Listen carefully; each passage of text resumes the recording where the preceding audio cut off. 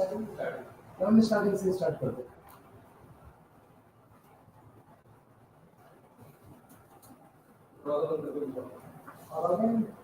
Good morning, everyone. I am Riya Pramanik, and we are continuing with our subject, that is BPSC 144 Introduction to South Asia. So, we are learning about South Asia as a region and what are the problems they are facing, what are the challenges they are facing. So, that is what we are learning from our previous sessions. Today, we will be completing this subject, and only we are left with two units, that is Unit 14 SARC and Unit 15. So we will be starting with Unit 14, which is all about SARC. So what is SARC? SARC stands for South Asian Association for Regional Cooperation. So SARC was basically founded by the countries involved in this South Asian region, and it was founded in Dhaka, the capital of Bangladesh, on 8th of December 1985. So SARC stands for South Asian Association for Regional Cooperation. This is something to be remembered.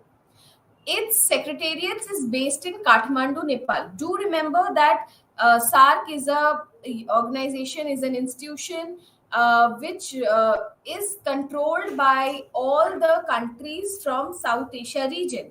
So that is why their founding place is different, their secretariat is different, but all these countries are part of South Asian region. So, who are the members of SARC? There are 8 members, namely Afghanistan first. Afghanistan inducted in the year 2006. Initially, it was not there. In 2006, it joined SARC. So, starting with Afghanistan, we have Bangladesh, Bhutan, India, Maldives, Nepal, Pakistan, and Sri Lanka. So, these are the 8 members of SARC, and the SARC's idea was itself put on the table by Bangladesh President Ziaur Rahman in the late 1970s. So, why Ziaur Rahman thought about this SARC organization?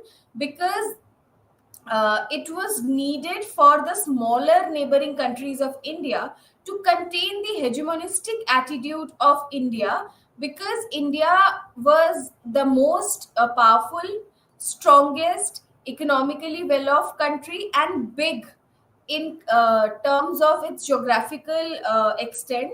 So that is why the small South Asian neighbors of India were very fearful because of the hegemonistic attitude of India. So that is why they basically Ziaur Rahman thought about of an organization through which these countries, the smaller countries, can cooperate with them. So the South Asian region is one of the most densely populated region.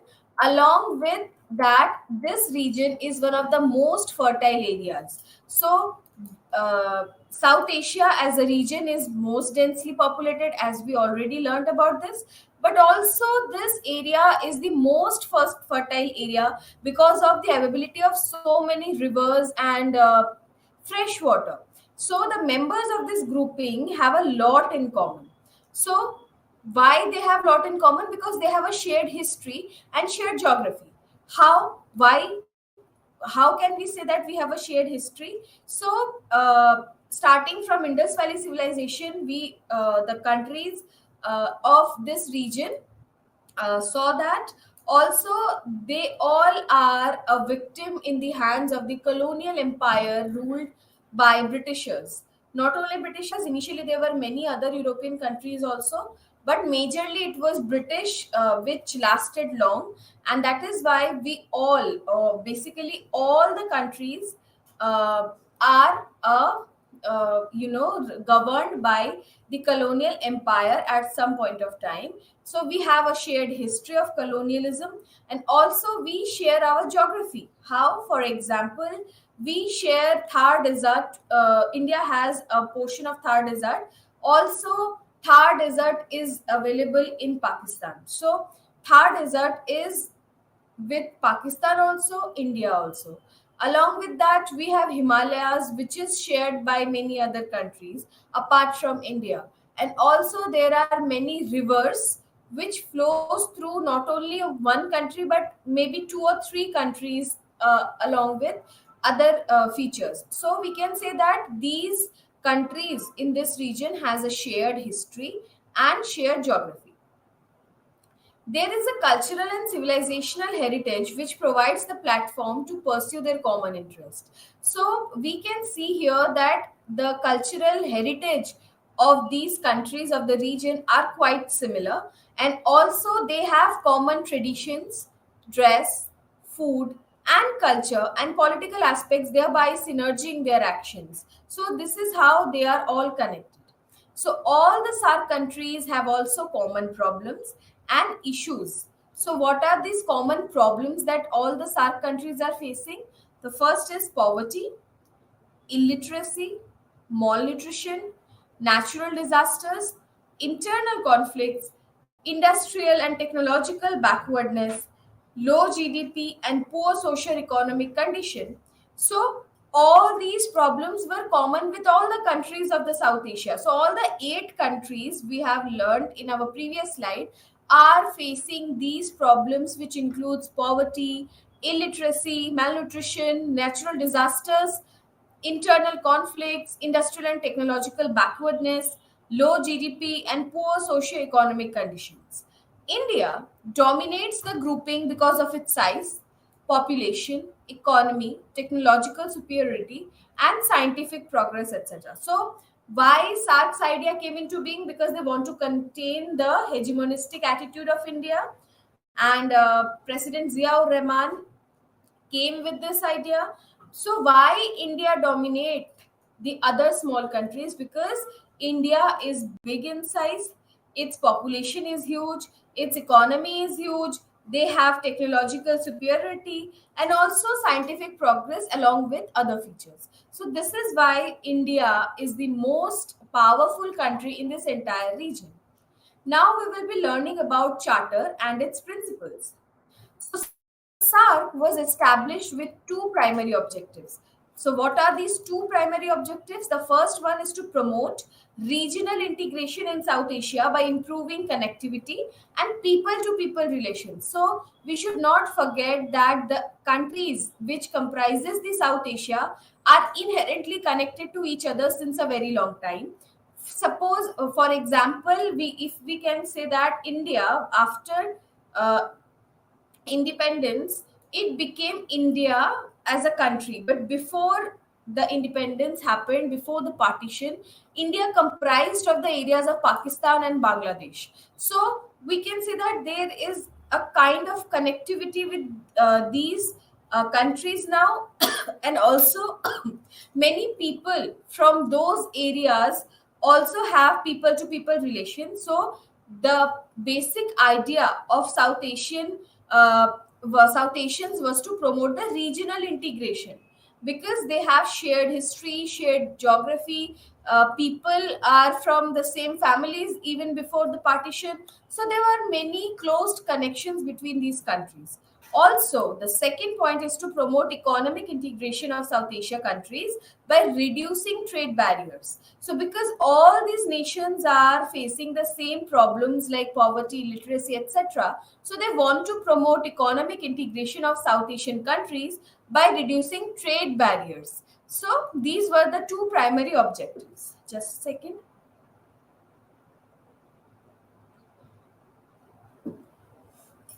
All right. SAARC developed a charter which would guide its functioning based on few ideas. So SAARC together they formed a charter through which they can govern themselves. So what is there in that charter? It is the sovereign equality, territorial integrity, political independence, non-interference in domestic matters. So these are few points that has been addressed in the charter, and it was agreed upon that every country should be respecting the sovereign equality, territorial integrity. They will also work for political independence and non-interference. So these were the basic principles of those SAARC charters, and the charter bodies are the main mechanisms of SAARC. So based upon these principles, the SAARC used to work. These include the Summit, Council of Ministers, standing committee, programming committee, technical committees, and action committees. So there are many committees who are working on different aspects, and they are taking care of different problems that these countries are facing. They are they are providing programs, they are introducing many programs, technicalities that should be known by these countries. The summit is the highest decision making authority in SAARC. So when we say that who can make decisions, it is the summit organized by SAARC where all the member countries meets. So there, that summit is the highest decision making authority. Also, the member state hosting the summit assumes the chair of the association until the next such meeting hosted by another member state. So each year, there is a rotation of hosting these summits. And when, suppose if the summit is happening in India, so the Indian will be chairing that program, that summit. So next time it will be maybe Pakistan, maybe Sri Lanka, and their leaders will be chairing the sessions. So, the key outcome of the SAARC summit is the declaration, and it contains what is declaration? Declaration contains decisions, directives of the heads of the state or government to strengthen the regional cooperation in the agreed areas. So, the main basic aim of South Asian Association of Regional Cooperation SAARC is to make regional or strengthen the regional cooperation among the countries for their collective growth. That is the main aim. So, SAARC operates on the principle of consensus, means that decisions at all levels shall be taken on the basis of consensus. Consensus means when everyone is agreed on a particular topic. So, bilateral and contentious issues shall be excluded from the deliberation. Because we have a shared history, there are many incidents where the countries of South Asia became enemy of each other.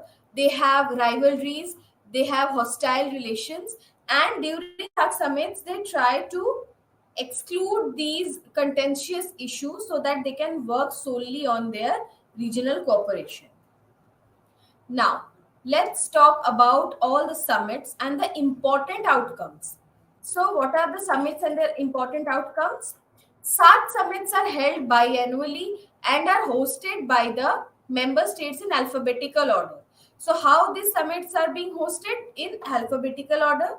And in 1985, it was in Dhaka that these countries unanimously issue a declaration for the creation of SAARC.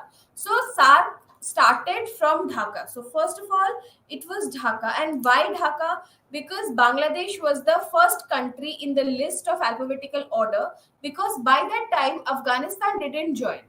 Afghanistan joined in 2006, which we have already discussed in our previous slides. So, because of that, the first order before the advent of Afghanistan was Bangladesh. And that is why the declaration for the creation of SAARC was took place in Dhaka, Bangladesh. The second summit of SAARC was held at Bangalore. At this summit, they institutionalized SAARC by establishing a permanent secretariat to coordinate the implementation of the SAARC program. So, the summit called upon the member states not to allow their territories to be used for terrorist activities. So, in this second summit, what was the factor which they were discussing? That territories should not be given to the terrorist activities by any country, and the leaders agreed to cooperate in combating and eliminating terrorism from the region. Now, let's come to the third SAARC summit, which held in Kathmandu 1987. It that greatly contributed to the creation of an atmosphere conducive to the strengthening of the process of consolidation of the gains of SAARC. So, at sidelines, high-level India-Pak dialogue at various levels and several rounds of talks between Indian PM Mr. Rajiv Gandhi and President Jayawardena of Sri Lanka was possible. Also, in the fourth SAARC summit, which was held in Islamabad 1988, it talks about the elimination of menace of drugs and terrorism. So, what issues come up? So, as we go year by year, we can see that what are the concern. which we should address, and that became the topic for that summit. So the leaders welcomed the establishment of South Asian Food Security Reserve to assist each other in food emergency situations. So there are many situations of drought and floods, and because of that, they talked about the South Asian Food Security Reserve. In the fifth SAARC summit, it held in Malé, Maldives in 1990. The leaders of SAARC countries agreed to initiate steps for launching joint ventures in cottage industries and handicrafts to set the stage for promoting collective self reliance in the region. So, this particular summit talks about cottage industries and handicrafts. The sixth SAARC summit held at Colombo 1991, where the leaders agreed to liberalize the trade in the region and have a call for greater cooperation and interaction among member states to combat terrorism in the region. So, the sixth SAARC summits was held in Colombo. In the seventh SAARC summit, again, it was the time when Bangladesh should host it. So, again, in the seventh SAARC summit held in Dhaka 1993, it endorsed the SAPTA. Do remember this South Asian Preferential Trade Agreement for the liberalization of trade. So, this was a very important summit. The other notable decision taken at the summit included establishment of the South Asian Developmental Fund (SADF). Again, the 8th SAARC summit was held in New Delhi in 1995. The members agreed to operationalize SAPTA by 8 December 1995. The summit also decided to establish SAFTA. Before it was SAPTA, it is SAFTA, which stands for South Asian Free Trade Area. The previous one in the 7th summit, it was South Asian Preferential Trade Agreement. This time it is SAFTA, which stands for South Asian Free Trade Area, to promote intra-regional trade. Now let's again come to the 9th SAARC summit held in Malé 1997. So it asserted that the sub-regional cooperation, instead of being abundant, should be further extended. The members also they agreed upon informal political consultations to reduce the tension in the region. So do remember why we are talking about these tension in the region, because of the happenings that is going on day by day in this particular region, whether it's the war like situation between the rival countries, whether the third party is interfering in our region's country. So there are many things happening in the background, and that is what attracting the leaders of the SAARC to discuss upon. So the 10th summit was held in Colombo 1998. The leaders agreed for coordination of SAARC position before the WTO and encouragement of sub-regional cooperation. The 11th summit was held in Kathmandu, Nepal in the year 2002. The leaders reiterated their support to the United Nations Security Council legislation and called on all states to prevent and suppress the financing of terrorist acts by criminalizing the collection of funds for such acts. So these were the 11th summit. Let's move on to the 12th summit. In the 12th summit, held in Islamabad, Pakistan in 2004, leaders pledged to enhance regional cooperation as well as collective efforts to fight against poverty and terrorism. So, because terrorism became a very big issue for this region in by the year 2004, and poverty is still there, so that is why the topic or the theme for that year's summit was against the fight against the poverty and terrorism. The 13th summit held in Dhaka 2005, leaders endorsed the SAARC development goals to alleviate poverty. Poverty, terrorism, these were the common thing that as a challenge that this South Asian region is facing. The important outcome of the 14th summit held at Delhi was in terms of two very important intergovernmental agreements. So, the summit held in Delhi, India, the 14th one in the year 2007 became very important because it establishes the SAARC Food Bank and also South Asian University. So, South Asian University is still functioning and is one of the most prestigious university in our country. So these two were the establishments done after this 14th summit held in India, Delhi. The food bank was to be developed as an exemplary model of regional cooperation to collectively meet our region's food shortages in times of emergencies and natural calamities. So, if suppose any country is facing natural calamities and they are facing hunger issues, at that time this food bank will be helping that country, where all other countries have unitedly kept their food grains for emergency situations. Suppose in Sri Lanka faced tsunami kind of situation, and that time people were the environment was very chaotic. People were running here and there to save their lives. At that point of time, because of tsunami, there was very destruction happened in Sri Lanka and other parts of coastal region in India. So at that time, it could be helpful for them if there is a food bank from where they can get all the food items for the needies.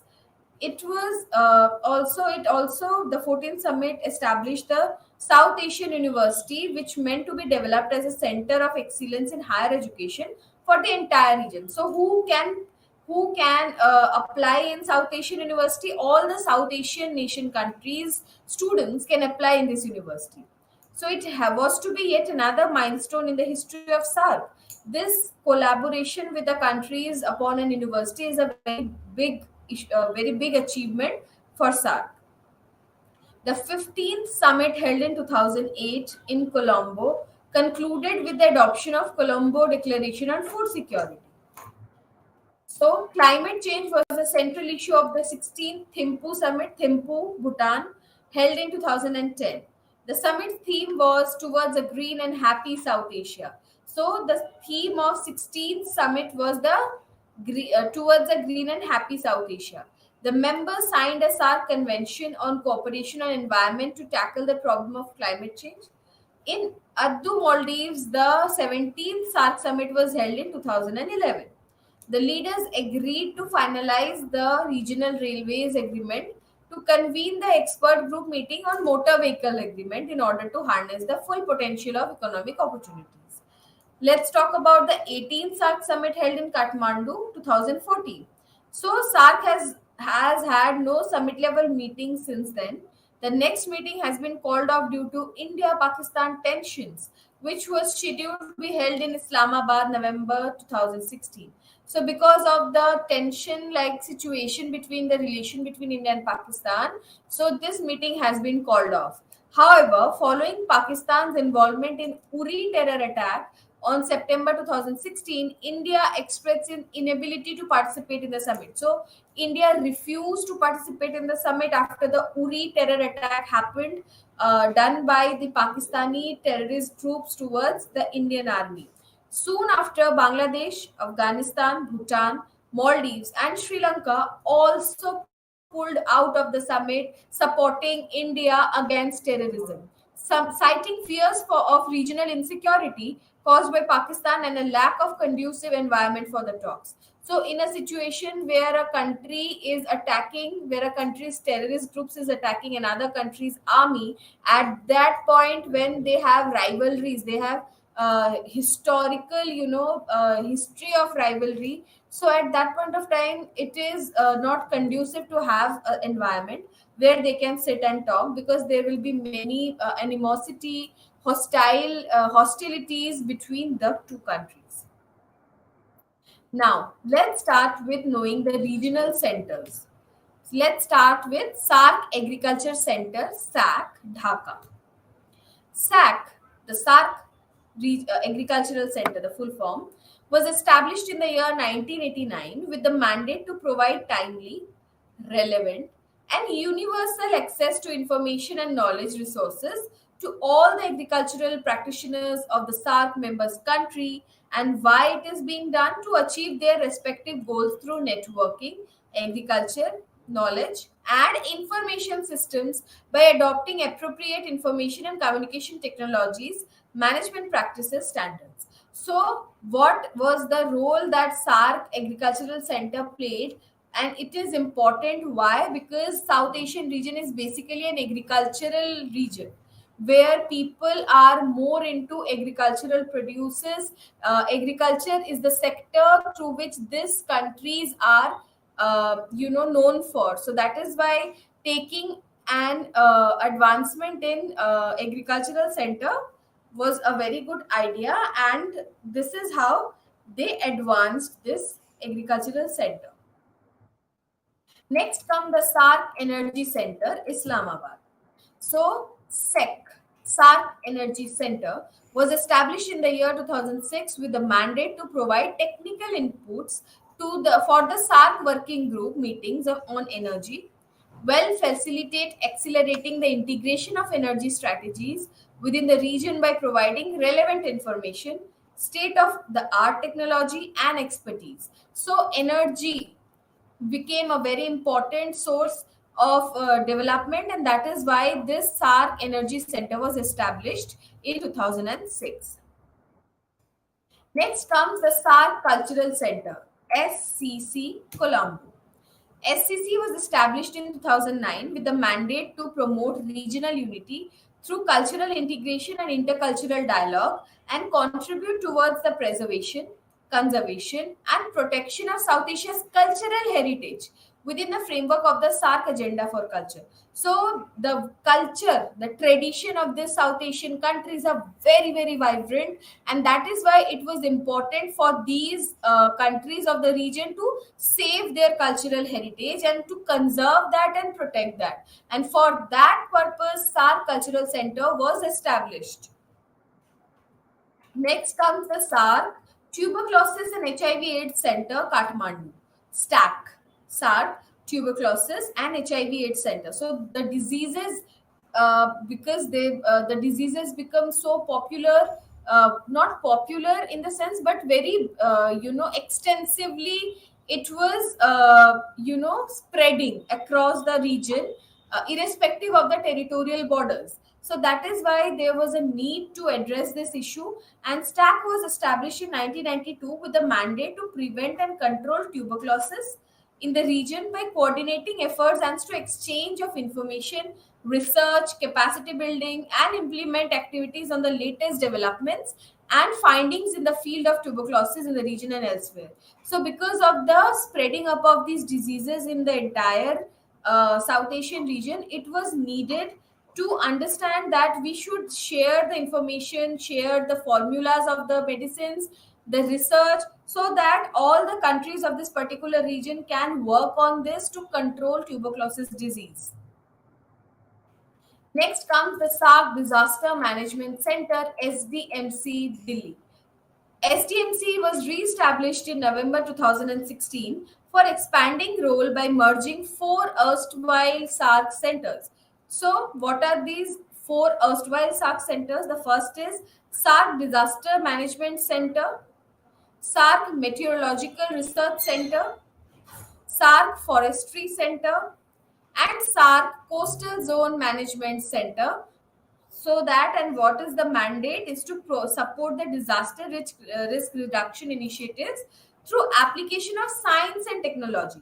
So how to get rid of this, all the issues that they are facing, disaster management center, because of the disaster, because many of the countries in the South Asian region are covering the sea and Indian Ocean, whether it is the Arabian Sea or the Bay of Bengal. So there is a possibility of disaster from there. Also, the landslides because of the Himalayan mountains in the top.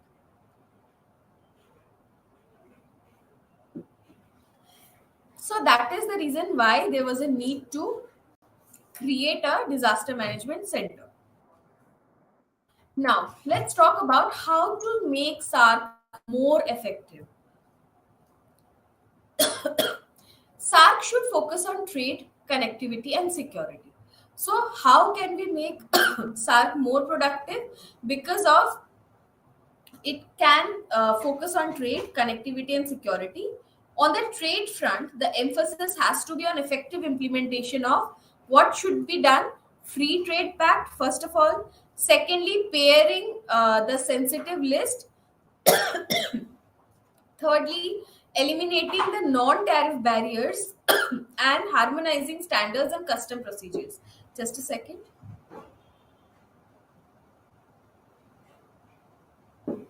So, timeline for rail sea connectivity has to be determined and implemented seriously. There should be more frequent business and bureaucratic machineries meeting. And lastly, it should be with an objective to impart a political momentum for monitoring the implementation of members' commitments made at the summit. So, these are some, ways through which we can make SARC more effective. Additionally, there is also the need to develop a regional identity. Like European Union has a regional identity, South Asian region also has to develop a regional identity for themselves. And only a regional identity, why this is important? Because it will generate a regional approach and not the other way around. So there is a need of effective communication and public diplomacy so that they can reach out the students, the youth, the private media, think tanks, civil society, and institutions for economic development. So this would be very, very important to popularize the concept of regional cooperation and generate an interest among the people of the region. So it would essentially build an image of the organization, and also the establishment of various regional research institutions and the launching of the South Asian University can be considered as significant achievements in this regard. So there is a need to cooperate more. Now, let's talk about the relevance of SARC. Despite setbacks, SARC has achieved a modicum of success. So, it has provided a platform for representatives from member countries to meet, discuss important issues, something that may have been challenging to bilateral discussions. So, if you have bilateral discussions, you can't meet other countries together. So, this SARC provides a space for these, a platform for these countries to come together and discuss. India and Pakistan, for example, would struggle to publicly justify a meeting when tensions between the two are particularly high. So, because of the tensions, because of the hostilities between these two countries, bilateral meetings are not possible in this hostile situation. But SARC provides a common platform for all the countries to come together and discuss. So it provides a very good opportunity to mend or to amicably settle the issues. But representatives from both countries could come together under the banner of SARC. The bloc also made headways in signing agreements related to drug trafficking, education, poverty eradication, climate change, food security, and global COVID-19 crisis was also there when the region worked together and the region helped each other. The challenges and vulnerabilities posed by the pandemic has made the need to re-embrace regional understanding. So when all the countries, even all the countries of the world are facing the same problem, the disease, so there was a requirement, there was a need to work together in a collective group to help each other in this difficult situation. So South Asian countries must strive towards deeper regional integration with a focus on resilient recovery and building back better. On initiative of India's PM Narendra Modi, all the SARC countries hold a video conference in March 2020 to draw a joint roadmap to fight the coronavirus pandemic in the region. It has the potential to do far more, but that is contingent upon cooperation on key issues between the member states. If each and every members are, focusing on the principles that they have decided earlier about territorial integrity, non-interference, all these things, if maintained well, the SARC can also become a very important region. So, with this, we end our chapter 14, and now we are moving towards our last chapter from the subject, that is about Unit 15, Dynamics of South Asian Security. So, in this chapter, we will be learning about the security issues that South Asia region faces, and we will be learning about that in deep. To introduce the chapter, South Asia, at one point dubbed as the most dangerous region, is now considered as one of the insecure regions. So, this is something to be, keep in mind. The perilousness has increased with the onset of Taliban's rule in Afghanistan in August 2021. So, because of the terrorist groups' involvement in the country's day-to-day life, the region became very insecure. And security dynamics of South Asia is unique for various reasons. So there are many security dynamics as well, starting with India's predominance in the region, making it one country dominant. As I already told you, that there is a tendency of hegemony that came in India because that is the most powerful country in this entire region, most populous, more richer, more economically well off country. So there is a predominance in the region of India. So secondly, presence of two adversarial nuclear weapon countries. This point is very important.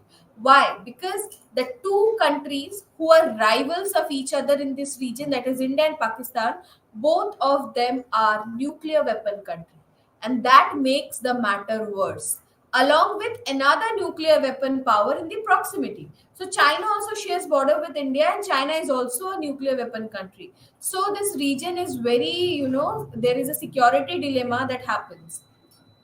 Also, strategic location of the region in both continental and maritime domains. So India is situated, not only India, the countries of this entire South Asian region are situated in such a way that they are important for maritime domains and also continental domains. Fourthly, colonial past. So there is direct or indirect history of colonial past, as we have discussed, that these countries witnessed in this region.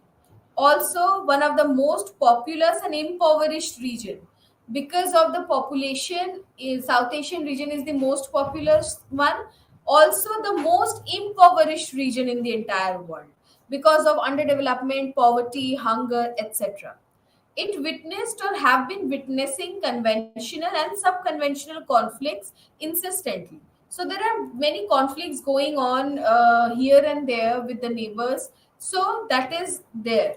Sandwiched between Golden Triangle and Golden Crescent, the two most prominent psychotropic drug producing regions. So this region, the South Asian region, is sandwiched between two, routes, the Golden Triangle and Golden Crescent. Significant presence of extra regional actors like the United States and China in strategic and economic domains. So there is also involvement, interference of United States and China in this region, which is further hampering the relation in the country. Now let's talk about the concept of security. The concept of security has evolved over a period of time and is fluid. So, what constitutes security is different and is liable to change along with spatio-temporal context. So, there is a very famous international relations thinker, Barry Buzan. He labeled security as an essentially contested concept. So, in that there is this two perspective through which we can understand security. The first one is the traditional sense, and the other one is the non-traditional sense. So, in the traditional sense, security is understood in military, strategic terms with its exclusive focus on the state and its interest in political and territorial self-preservation. So, traditional sense of security talks about territories, talks about saving the territory from the others, and also the political interest. And they talk about military arms, weapons. These are the things that traditional security talks about. According to Walter Lippmann, a nation is secure to the extent to which it is not in danger of having to sacrifice core values if it wishes to avoid war and is able, if challenged, to maintain them by victory in such a war. So, according to Walter Lippmann, we should be balanced so that we should not, sacrifice our core values, our, in the sense, the country's core values, and their security should not be such challenge that there is a possibility of war. So, in conflictual sense, Ian Bellamy defines security as a relative freedom from war coupled with a relatively high expectations that defeat will not be a consequence of any war that should occur. So, this is how they have defined security. Now, we will be contextualizing South Asia starting with geostrategic context. So, of the five regions of South Asia, Asian continent, West Asia, South Asia, East Asia, Central Asia, and Southeast Asia. These are the five regions of Asian continent. South Asia's strategic location is significant. So, among these five, South Asia's strategic location is very, very significant, and it is one of the most densely populated region of the world, and around one fourth of the global population packed in just 3.5% of land area. So just imagine the population is so huge, but the space is so less for them. So the region comprises of eight countries. We are repeatedly studying this because this is very important. Because what are the countries who are comprising this region is important as a student to know. So Afghanistan, Bangladesh, Bhutan, India, Maldives, Nepal, Pakistan, Sri Lanka are the countries, and there are two seas: Arabian Sea and Bay of Bengal, and one ocean, that is Indian Ocean. So we are covered with all these countries and the seas.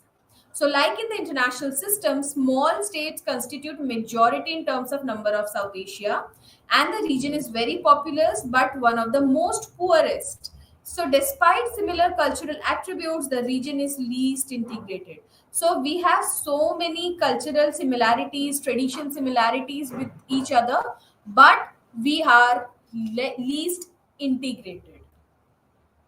So India is undisputably the regional power, as we have already discussed in our previous slides that what were the reason behind that. It makes the region India dominant in everywhere, like in territory because it is one of the largest country in the region. Population, India is the most populous country in the world. Next comes the economic strength. India's economy is quite well off than other countries in the region. Military might, India is militarily very strong. Nuclear power, India is a nuclear power country. Even India is using advanced technology, and there are many other factors which make India a dominant country in the region. Pakistan, because of its nuclear and military power, is not considered a small state. Do remember that Pakistan is not considered a small state because it has a quite well military power, and also the country is nuclear weapon country, but weaker in all other aspects. In all other aspects we discussed in our previous point, Pakistan is weaker other than the military strength and nuclear power. So, in terms of land area, India's size is more than all other countries in the region put together, and India is three times more populous and economically strong. Other, like for example, in comparison to other countries. So, in trade volume, the gap is huge between India and its South Asian colleagues. So, there is a very big gap between the all the factors as compared to India and other small countries. So, in terms of military strength, India has more than one third of combined military personnel. Okay, and it is situated between energy rich West Asia and energy demanding East Asia. So, South Asia is an important connecting port. West Asia is having energy, for example, oil, petrol, and other things, and East Asia is energy demanding region. So India and the other neighboring countries of India, which comprises of South Asia, falls in between these two regions, and it became an important connecting port. Hence, China has given utmost importance to the region in its Belt and Road Initiative. Now, let's talk about the political context. The countries of the region are governed by different types of governmental systems.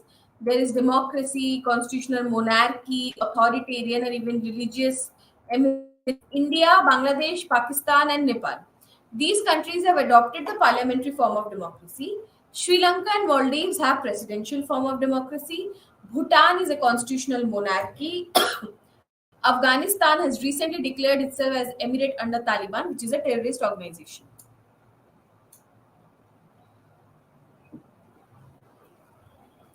The region has come a long way in gaining its political maturity. Pakistan has been witnessing civilian governments completing full terms without military coup. So there was a time when Pakistan was going through on one hand in a civilian government and the other a military coup. So Bangladesh is now politically stable than ever before. An Indian federal government are steady, although witnessing considerable influence from regional parties. Nepal got a republican constitution as fairly stable. Sri Lanka, though displays democratic authoritarianism on and off, has got a firm grip over secessionist forces. Maldives has credibly been enjoying democracy, although afflicted by political bickering among the political parties. Bhutan has been the most stable country in the region, and it advertises the concept of gross national happiness as against gross national product. So there is a difference with other countries in Bhutan. Afghanistan has been facing turmoil over 3 decades in a row, and Taliban regime and external intervention. So Afghanistan is the most, is going through a terrible condition. There is destruction because of all the turmoil that Afghanistan is facing for last 3 decades. Next comes the economic context. Due to high population density, there is a significant strain on resources that are already scarce. At the same time, the region has good potential of demographic and dividend in various forms. So, for example, huge consumer market, good supply of cheap labor, whether it is technical or non-technical, are and abundant human resources is available in this area, is in this region. So two-thirds of the region's economy is with India. So this is also a very important point to note down, that region's economy's two-third part is with India, and all of its neighbors have trade deficit with India. But ironically, despite the trade volume that is on the increasing trend, India's trade with the countries of the region is not ever 4% of its global trade. And this is a point of concern. The region overall depends on the external supply for its energy needs and is vulnerable to global developments.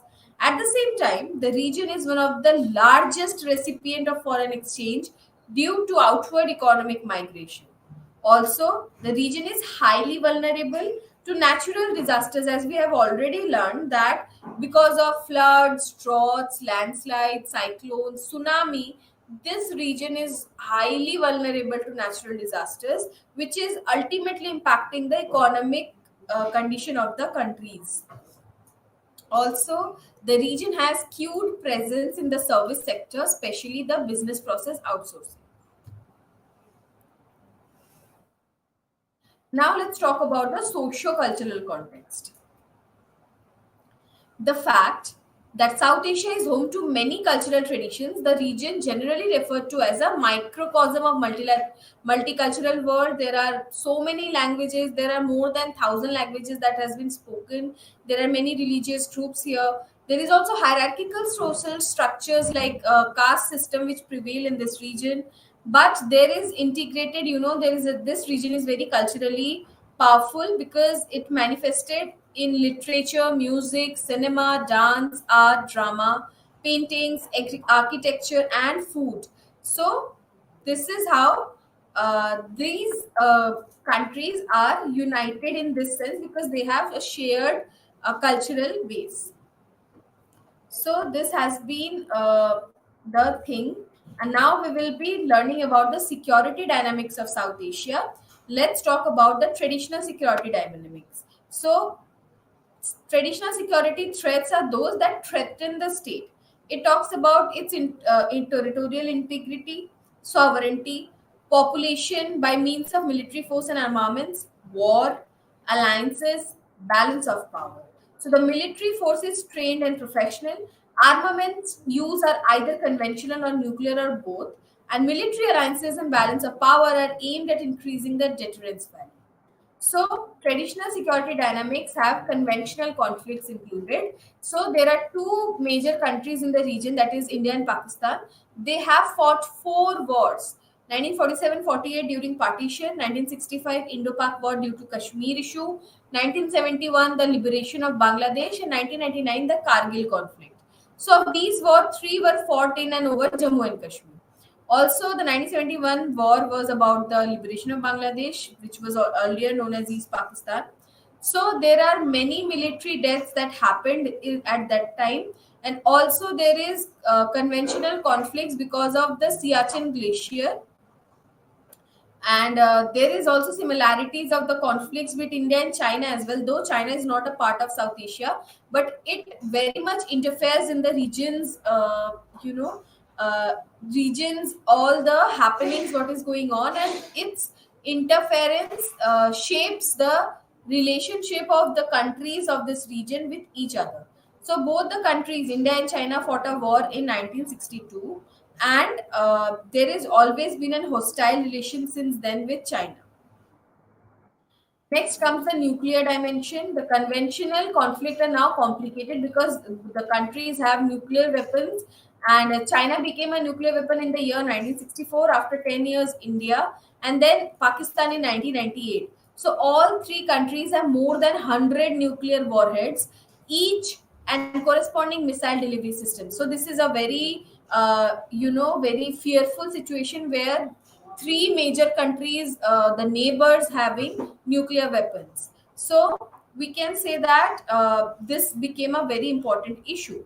Next comes the non-traditional security dynamics. So the non-traditional security threats are those threatens the basic survival of well-being of the individual citizens of a country. So traditional security was about the state, the territories, the borders of the country. This non-traditional security is concerned about the basic survival of human beings. So according to Mehboob ul Haq, security is not just about territory or nation, but security of people in their jobs, home, and communities. So this is the major difference between the traditional security and the non-traditional security, what Mehboob ul Haq defines. So, according to Melis Caballero, non-traditional security threats are challenges to the survival and the well-being of peoples and states that arises primarily out of non-military sources such as climate change, cross-border environmental degradation, resource depletion, infectious diseases, for example, COVID-19, then natural disasters, irregular migration, food shortages, people smuggling, drug trafficking, and other forms. So, let's talk about few non-traditional security dynamics. The first is terrorism. So, this South Asian region stands next to the only West Asia in number of attacks and deaths due to terrorism, and which is a very, big concern. So almost all countries in the regions have faced some kind of terrorism violence, and basically India, Pakistan, Sri Lanka, and Afghanistan is high in terms and number of attacks and casualties.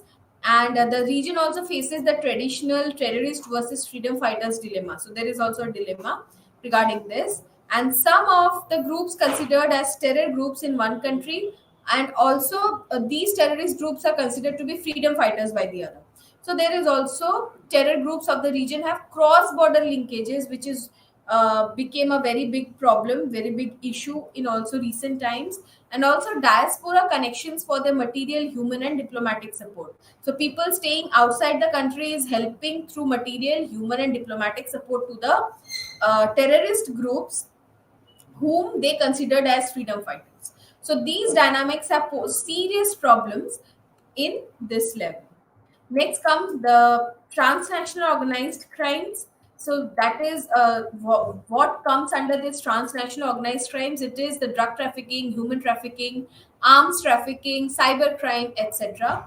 And we have learnt about Golden Triangle and Golden Crescent in our previous slides. So Golden Triangle comprises of Myanmar, Laos, and Thailand, whereas Golden Crescent is the area of Afghanistan, Pakistan, and Iran. So through these,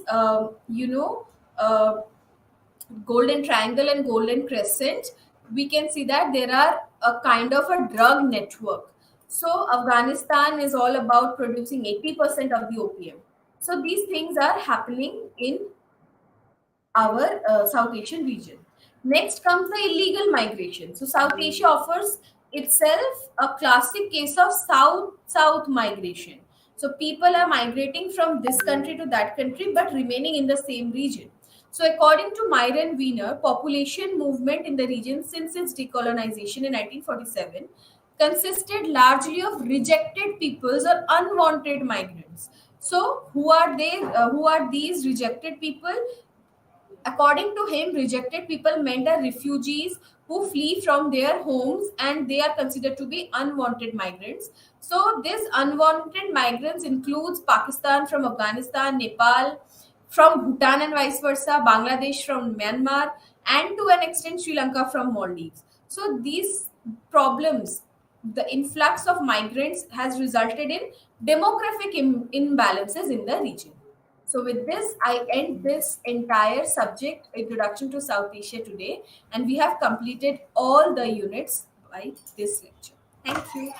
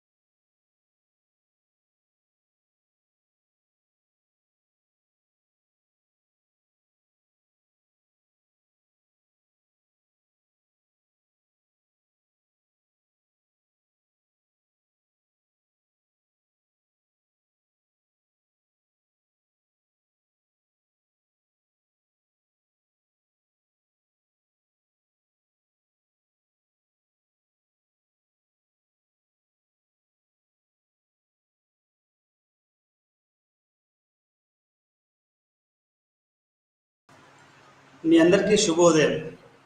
ఈరోజు మనం ఒక మంచి పాఠాన్ని తెలుసుకుందాం. మనము గత కొద్ది రోజుల నుంచి, నా పేరు డాక్టర్ అబ్బాస్. మనం గత కొద్ది రోజుల నుంచి ఈ యొక్క నగర జీవనం ఎలా ఉంటుంది, నగర జీవితంలో ఎట్లాంటి పరిస్థితులు ఉంటాయి, వాటన్నిటి గురించి కూడా మనం తెలుసుకోవడం జరుగుతుంది. ఈరోజు పాఠంలో మనం నగరంలోని అంటే రకరకాల విషయాల గురించి మనం మాట్లాడుకున్నాము. ఈరోజు ప్రత్యేకంగా ఏంటంటే నగరంలో ఈ మురికివాడలు అనేటివి ఏ రకంగా ఉంటాయి అనేది మనము ఈరోజు మనం పాఠంలో తెలుసుకుందాం. అంటే మనం మీరందరూ చూసే ఉంటారు.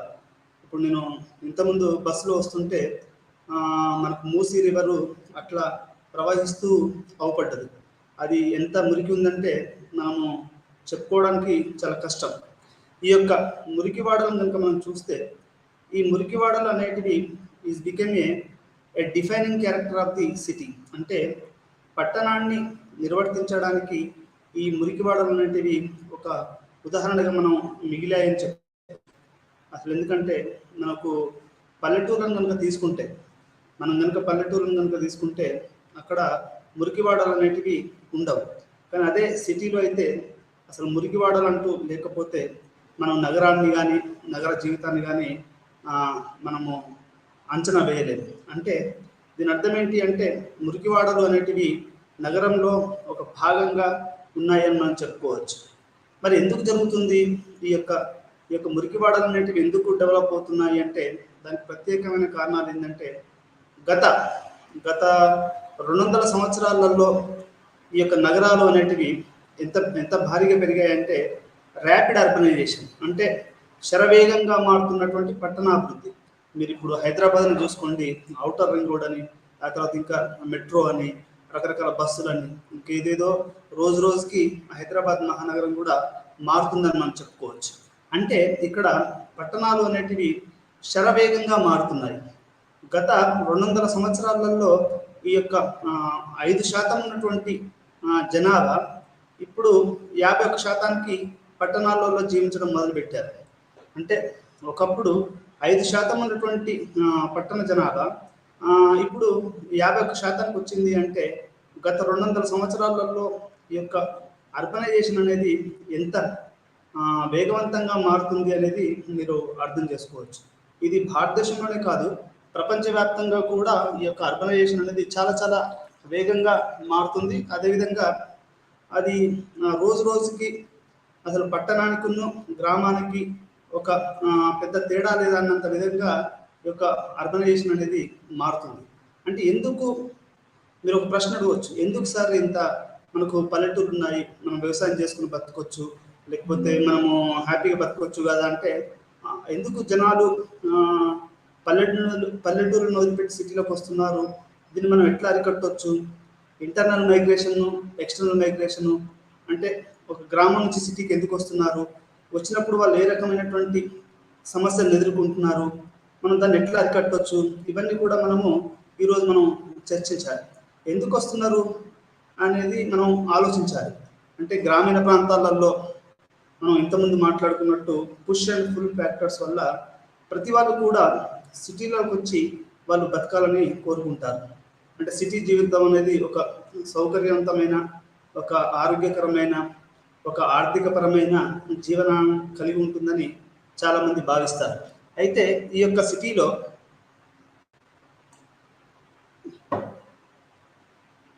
చాలా సమస్యలు ఉండొచ్చు. ఇక్కడ మనకు పొల్యూషన్ ఉంటుంది, ఆరోగ్యపరమైనటువంటి సమస్యలు వస్తాయి, పౌష్టికాహార లోపం ఉంటుంది.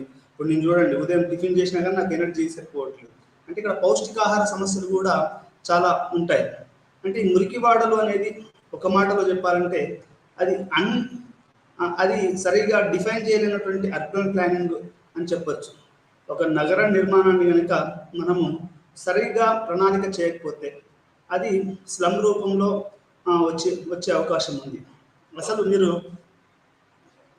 స్లమ్ అంటే డెఫినేషన్ ఏం చెప్పారు అంటే, slum is N illegal construction without construction of house without the permission of land owner. అంటే ఆ భూమి ఎవరైతే కలిగి ఉన్నారో ఆ కలిగి ఉన్న వాళ్ళ యొక్క పర్మిషన్ తీసుకునైనా కానీ తీసుకోకపోయినా కానీ ఒక ఇల్లు కనుక మనం కడితే దాన్ని మనము స్లమ్ అనొచ్చు. అసలు స్లమ్ అనేది కూడా ఒక వెస్ట్రన్ కాన్సెప్ట్. ఇది అంటే ఒక వెస్ట్లో పుట్టుకొచ్చింది. ఇది అంటే ఒక వెస్ట్రన్ వాళ్ళు ఇది ఒక డెవలప్మెంటల్ పారాడైమ్లో భాగంగా ఈ యొక్క స్లమ్ అనే పదాన్ని వాళ్ళు వాడటం జరిగింది. అంటే ఇక్కడ మీరు అర్థం చేసుకోవాల్సింది ఏంటంటే గత 200 సంవత్సరాల నుంచి ఈ స్లమ్స్ అనేటివి 5% నుంచి 51% పెరిగాయని చెప్పచ్చు. రెండోది, ఈ స్లమ్స్ అనేటివి మురికివాడలు అనేటివి రోజు రోజుకి పట్టణాలు అభివృద్ధి చెందడం వల్ల అవి పెరుగుతున్నాయి అని చెప్పొచ్చు. మూడోది ఏంటి అంటే ఇది అన్ప్లాన్డ్ అర్బన్ డెవలప్మెంట్, అంటే ఒక ప్రణాళికాబద్ధం లేనటువంటి ఒక నగర నిర్మాణమే మనము ఈ యొక్క మురికివాడలో అని చెప్పచ్చు. అయితే మనం మురికివాడల అర్థం ఏంటని మనం ఇప్పుడు తెలుసుకుందాం. నిర్వచనం కూడా మనం తెలుసుకున్నాం. నిర్వచనం ఏంటంటే ఒక ఇల్లును కనుక నువ్వు ఆ యొక్క ల్యాండ్ ఓనర్కు చెప్పకుండానో ఆయన పర్మిషన్ లేకుండానో నువ్వు కనుక ఇల్లు కడితే దాన్ని మనము స్లమ్ అని చెప్పొచ్చు. ఇప్పుడు ఇది మురికివాడ అర్థం తెలుసుకున్నాం, నిర్వచనం తెలుసుకున్నాం, దాన్ని ఇప్పుడు మనం అన్వేషిద్దాం. వివిధ నగరాల్లో ఉన్న మురికివాడలకు వివిధ టైపాలజీని అర్థం చేసుకోవాలి. ఇప్పుడు ప్రపంచంలో చాలా పెద్ద పెద్ద నగరాలు ఉన్నాయి. మన ఇండియాలో కనుక తీసుకుంటే హైదరాబాద్, కలకత్తా, చెన్నై, ముంబై, ఆ తర్వాత ఢిల్లీ, ఆ తర్వాత శ్రీనగర్, ఇట్లా మీరట్, ఇట్లాంటి ఎన్నో నగరాలు అనేటివి మన భారతదేశంలో ఉన్నాయి. ఈ భారతదేశంలో ఈ యొక్క ఉన్న నగరాలలో మురికివాడలు కూడా అదే స్థాయిలో ఎక్కువగా ఉన్నాయని మనం చెప్పుకోవచ్చు. ఎక్కడైతే పట్టణం ఉంటుందో అక్కడ ఈ మురికివాడలు అనేటివి slum is a by product of urbanisation అని చెప్పొచ్చు. అంటే ఈ యొక్క మురికివాడ అనేది ఈ యొక్క నగర యొక్క పెరుగుదల యొక్క బై ప్రొడక్ట్ అని మనం చెప్పుకోవచ్చు. అదేవిధంగా మురికివాడల నివాసితుల జీవన పరిస్థితులు, అంటే ఈ మురికివాడలలో జనాలు ఎట్లా బతుకుతారు, వాళ్ళ యొక్క జీవన స్థితులు ఏ విధంగా ఉంటాయి అనేది కూడా మనం ఈ పాఠంలో తెలుసుకుంటాం. మన హైదరాబాద్ కనుక చూస్తే, మన హైదరాబాద్లో మీ అందరికీ తెలుసు భీమరావు వాడ అని గాంధీ భవన్ వెనకాల ఉంటుంది. అది దాన్ని ఈ మధ్యలో కూల్చేసినప్పుడు చాలా పార్టీలు, కమ్యూనిస్ట్ పార్టీలు కానీ కాంగ్రెస్ పార్టీ కానీ వేరే కాంగ్రెస్ పార్టీ వాళ్ళు కూల్చారు, వేరే పార్టీ వాళ్ళు దానికి మద్దతుగా నిలిచారు.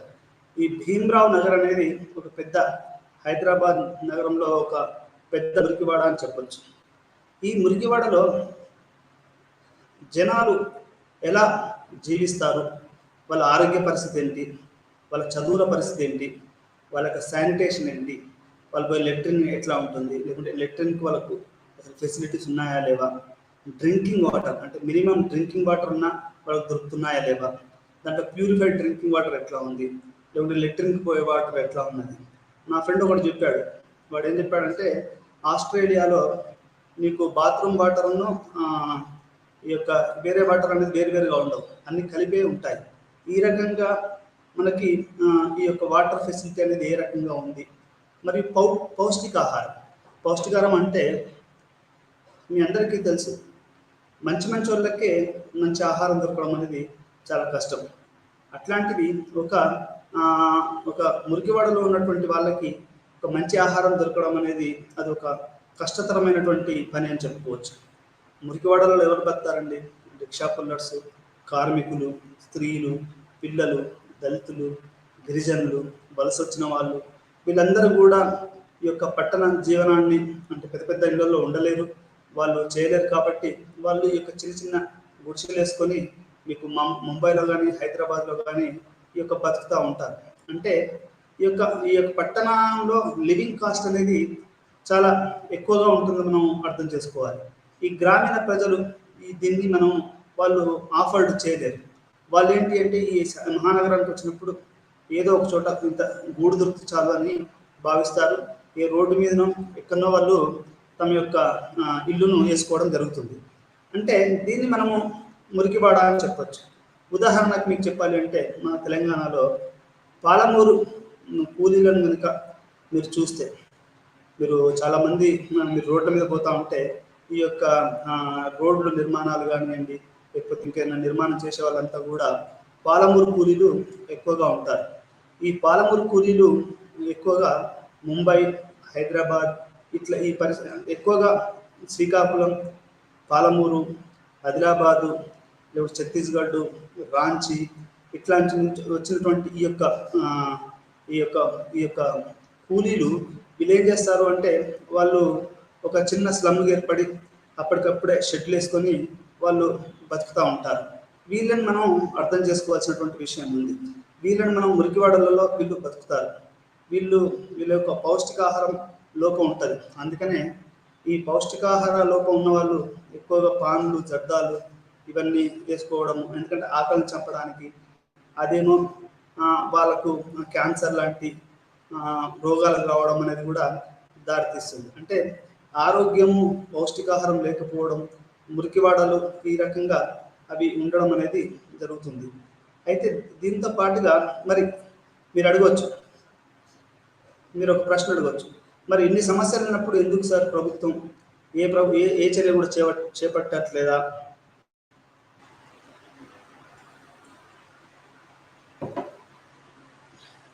ప్రభుత్వం ఏం చేస్తుంది అంటే ప్రభుత్వ వైఫల్యం కాదా అని మీరు అడగవచ్చు. దీంట్లో అంటే మనకు స్వతంత్రం వచ్చిన దగ్గర నుంచి ఇప్పటివరకు ప్రభుత్వం అంబేద్కర్ ఆవాస్ యోజన అని, ఆ తర్వాత వాల్మీకి ఆవాస్ యోజన అని మీరందరికీ తెలుసో లేదో, సిటీలలో ఎక్కువగా ఈ యొక్క పారిశుద్ధ్య పనిచేసే వాళ్ళంతా ఈ బోయలు ఉంటారు. ఈ బోయలు వాల్మీకి కమ్యూనిటీకి సంబంధించిన వాళ్ళు. అందుకనే భారత ప్రభుత్వం ఏం చేసిందంటే అంబేద్కర్ వాల్మీకి ఆవాస్ యోజన అని ఒక ఒక అర్బన్ సెటిల్మెంట్ అనేది చేసింది. అంటే దాంట్లో దళితులు, బీసీలు ఏ రకంగా వాళ్ళు బతుకుతారు అనే దాని గురించి ఆ యొక్క ప్రోగ్రాం. అంటే అది దళితులు, బీసీలు వీళ్ళు ఏ రకంగా తమ యొక్క ఆవాసాన్ని పెట్టుకోవడానికి గాను ఈ యొక్క అంబేద్కర్ వాల్మీకి ఆవాస్ యోజనను ప్రారంభించడం జరిగింది. ఇది ప్రభుత్వం చేస్తున్నటువంటి ఒక కార్యక్రమం. అంటే ఇది ఎంతవరకు సక్సెస్ అయింది, ఎంతవరకు సక్సెస్ కాలేదు అనేది మనం తర్వాత తెలుసుకుందాం. మానవులు తమ జీవావరణ శాస్త్రంలో సమూలమైన పరివర్తనకు గురవుతున్నారు. మానవుడు ఏమవుతున్నాడంటే రోజు రోజుకి ర్యాపిడ్గా అతను తమ యొక్క పర్యావరణాన్ని మార్చుకుంటూ పోతున్నాడని మనం చెప్పుకోవచ్చు. ఎట్లా అంటే ఒకప్పుడు ఈరోజు మీరు కనుక చూస్తే నా బ్యాచ్లో అంటే ఇప్పుడు నాతో చదువుకున్న వాళ్ళు చాలామంది వాళ్ళు సిటీలలో ఉంటున్నారు. సిటీలలో ఒక చిన్న గ్రామంలో పుట్టిన వాళ్ళు ఈరోజు మహానగరాలలో వాళ్ళు బతుకుతున్నారు. అంటే ఇక్కడ మనకు అర్థమవుతుంది ఏంటి అంటే మనిషి తమ యొక్క జీవావరణ శాస్త్రంలో సమూలమైనటువంటి మార్పులకు గురవుతున్నాడు. అంటే పూర్తిగా ట్రాన్స్ఫర్మేషన్, ఒక రాడికల్ ట్రాన్స్ఫర్మేషన్. ఒక గ్రామీణ ప్రాంతంలో ఇప్పుడు నాలాంటి పిల్లోడు ఒక పేడ అమ్మకు హెల్ప్ చేసుకుంటూ, అమ్మకు కొట్లో హెల్ప్ చేసుకుంటూ లేదంటే పేడ తీసుకురావాల్సిన ఒక పిల్లోడు ఈరోజు మీ ముంగట కోట్ వేసుకుని పాఠం చెప్తున్నాడంటే ఇది ఒక రకమైనటువంటి సమూలమైనటువంటి మార్పు అని చెప్పచ్చు. ఇది ప్రపంచవ్యాప్తంగా జరుగుతుంది. మానవుడు తన యొక్క పర్యావరణ శాస్త్రంలో సమూలమైనటువంటి పరివర్తనకు గురవుతున్నాడు. అంటే అది నువ్వు ఆలోచించే విధానం కానివ్వండి, నువ్వు చేసే పని కానివ్వండి, నీ జీవన విధానం, నీ యొక్క భాష, వేష, నువ్వు సమయపాలన మొత్తం కూడా ఒక రాడికల్ ఒక ట్రాన్స్ఫర్మేషన్కు గురవుతుందని మనం చెప్పవచ్చు. గత 2 శతాబ్దాలలో మరియు నగరాలలో ప్రపంచ జనాభా 5% నుండి 50% వరకు పెరిగింది.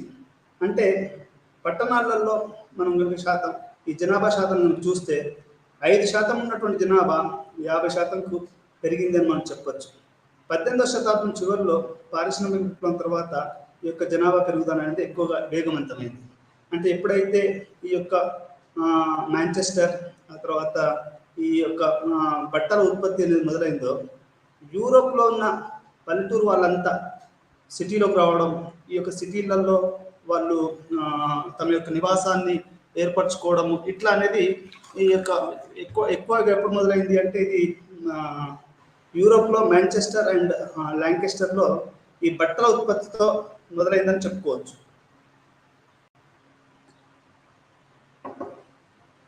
ఇది ఇటీవల శతాబ్దంలో భారతదేశంలో అయితే ముంబై, నైరోబి, కెన్యా, మెక్సికో వంటి నగరాలలో సగానికి పైగా మురికివాడల్లో లక్షణం కలిగి ఉంది. అంటే మనకి ప్రపంచవ్యాప్తంగా కనుక చూస్తే తక్కువ ఆదాయము మరియు దిగువ తరగతి ఆదాయం కలిగినటువంటి దేశాలు, అంటే ఇప్పుడు యూరప్, అమెరికా, ఆ తర్వాత ఇటలీ ఇట్లాంటి దేశాలు కాకుండా మనకు ఆఫ్రికా, భారతదేశము, సౌత్ ఏషియా ఈ కంట్రీస్ అన్ని కూడా లోయర్ ఇన్కమ్ మరియు మిడిల్ ఇన్కమ్ కలిగినటువంటి దేశాలు. ఈ దేశాలలోనే మనకు భారీగా మురికివాడలు కనిపిస్తుంది. ఎందుకంటే ఇంతమంది జనాభా ఉన్న ఇప్పుడు మన భారతదేశం అనేది 140 కోట్ల మంది జనాభా ఉన్నారు. దాంట్లో ఒక 30%-40% వరకు మనకు సిటీలలో ఉంటారు. అంటే ఈ యొక్క తక్కువ ఇన్కము మరియు మధ్యతరగతి ఇన్కమ్ ఉన్న ఈ దేశాలు ఎక్కువగా మురికివాడలలో జీవిస్తున్నారు అని మనం చెప్పుకోవచ్చు. అంటే ఇక్కడ తక్కువ ఆదాయానికి మరియు మురికివాడకి చాలా దగ్గర సంబంధం ఉందనేది మనం ఇక్కడ అర్థం చేసుకోవాలి. అదేవిధంగా మెక్సికో ఇట్లాంటి దేశాలలో కూడా ఈ యొక్క మురికివాడలు ఎక్కువగా ఉన్నాయి. మన భారతదేశంలో అయితే మనకు ముంబై సిటీని ఒక ఉదాహరణగా చెప్పొచ్చు. అంటే ఏ రకంగా అక్కడ మురికివాడలు భారీగా, ఇప్పుడు మీరు ధారావి స్లమ్ కనుక తీసుకుంటే ప్రపంచంలోనే అతిపెద్ద స్లమ్ అది, అంటే మురికివాడ. ఆ మురికివాడ గురించి ఏం చెప్తారు అంటే అక్కడ కనీసం గాలి కానీ, నీరు కానీ, మంచినీళ్ళు కానీ ఇవన్నీ కానీ దొరకడం కష్టం. ఎట్లా అంటే అది అంత పెద్ద ఒక పోలీసు వాడు దాంట్లో ఎంటర్ అయితే అది మళ్ళీ బయటకు వస్తాడనే నమ్మకం అనేది లేదు. అంటే అట్లాంటి భయంకరమైనటువంటి మురికివాడగా మనం ధారావిని చెప్పుకోవచ్చు. మీరందరూ ఏఆర్ రెహమాన్ది స్లమ్ డాగ్ మిలియనేర్ చూసినే ఉంటారు. దాంట్లో జయహో పాట అవన్నీ కూడా అది పట్టణంలో చిన్నపిల్లలు ఏ రకంగా పెరుగుతారు, వాళ్ళ జీవన పరిస్థితి ఎట్లా ఉంటుంది, వాళ్ళు ఏ విధంగా క్రికెట్ ఆడతారు,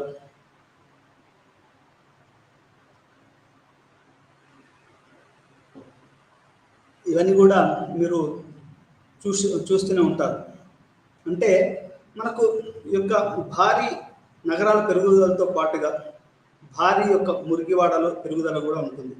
చాలామంది ఏం చేస్తారు అంటే ఈ యొక్క హైటెక్ సిటీని లేకుంటే రోడ్లను ఈ యొక్క పెద్ద ఇప్పుడు నాయని నరసింహారెడ్డి స్టీల్ బ్రిడ్జ్ అని ఉంది, ఇట్లాంటి వాటిని చూస్తారు తప్ప మురికివాడలు ఏ స్థాయిలో పెరిగాయి హైదరాబాద్లో, ముంబైలో అని చాలామంది చూడరు. సోషియాలజిస్టులు అంటే నగర సమాజ శాస్త్రవేత్తల యొక్క ప్రధాన ఉద్దేశం ఏంటంటే ఇప్పుడు చికాగో అర్బన్ స్కూల్స్ వాళ్ళు కూడా ఈ స్లమ్స్ మీద ఎక్కువగా వాళ్ళు చేశారు. ఎందుకంటే చికాగో నగరం కూడా ఒకప్పుడు అది భారీగా డెవలప్ అయ్యి అక్కడ ఓవర్ నైట్లో హీరోలు కావడం, ఓవర్ నైట్లో ఆత్మహత్యలు చేసుకోవడం. అంటే సిటీ అనేది నీకు రాత్రికి రాత్రే నిన్ను హీరోని చేస్తుంది, రాత్రికి రాత్రే నిన్ను విలన్ని చేస్తుంది. అంటే సిటీకి ఈ క్యారెక్టర్ ఉంటుంది. ఈ రకంగా వాళ్ళు ఏ రకంగా ఉంటుంది అనేది మనకు ఒక సిటీ అనేది మనం దీన్ని బట్టి చెప్పుకోవచ్చు. అంటే మొత్తం భారతదేశంలో కూడా ఏమవుతుంది అంటే ఈ యొక్క సిటీలు అనేటివి ఎక్కువగా అభివృద్ధి చెందుతున్నాయి. దాంతో మురికివాడలు కూడా చాలా భారీ అభివృద్ధి చెందుతున్నాయని మనం చెప్పుకోవచ్చు. స్లమ్ను అర్థం చేసుకోవడం అంటే ఒక మురికివాడలను ఎట్లా అర్థం చేసుకోవాలి. మురికివాడల సెటిల్మెంట్లు చాలా కాలంలో ఉనికిలో ఉన్నాయి. అంటే ఈ ఒక మురికివాడలు ఈ రోజుయా అంటే ఇప్పుడు అట్లా అని ఏం లేదు. ఇప్పుడు ఉదాహరణకి మా ఊర్లో కనుక తీసుకుంటే మీరు చాకలి వాళ్ళు ఒక వీధిలో ఉంటారు. వాళ్ళందరూ కూడా గ్రామీణ ప్రాంతాలలో ఈ మురికి బట్టల్ని ఊర్లో చెరువులో సాఫ్ చేసేసి తీసుకొస్తుంటారు. అది ఒక రకంగా ఒక గ్రామానికి ఒక దళితవాడ కానీ ఒక చాకలోల వాడ కానీ ఒక మురికివాడగా ఉంటుంది. ఈ మురికివాడలు అనేటివి ఈ రోజుదే కావు, అవి చాలా రోజుల నుంచి ఉంటున్నాయని మనము చెప్పుకోవచ్చు. ఇవి అక్రమ స్లమ్ సెటిల్మెంట్లు కావు, ఇవి అక్రమంగా పుట్టించినవి కావు. ఎందుకంటే మనం ఈ రోజును వాటిని నిర్వచించి వర్గీకరించాం.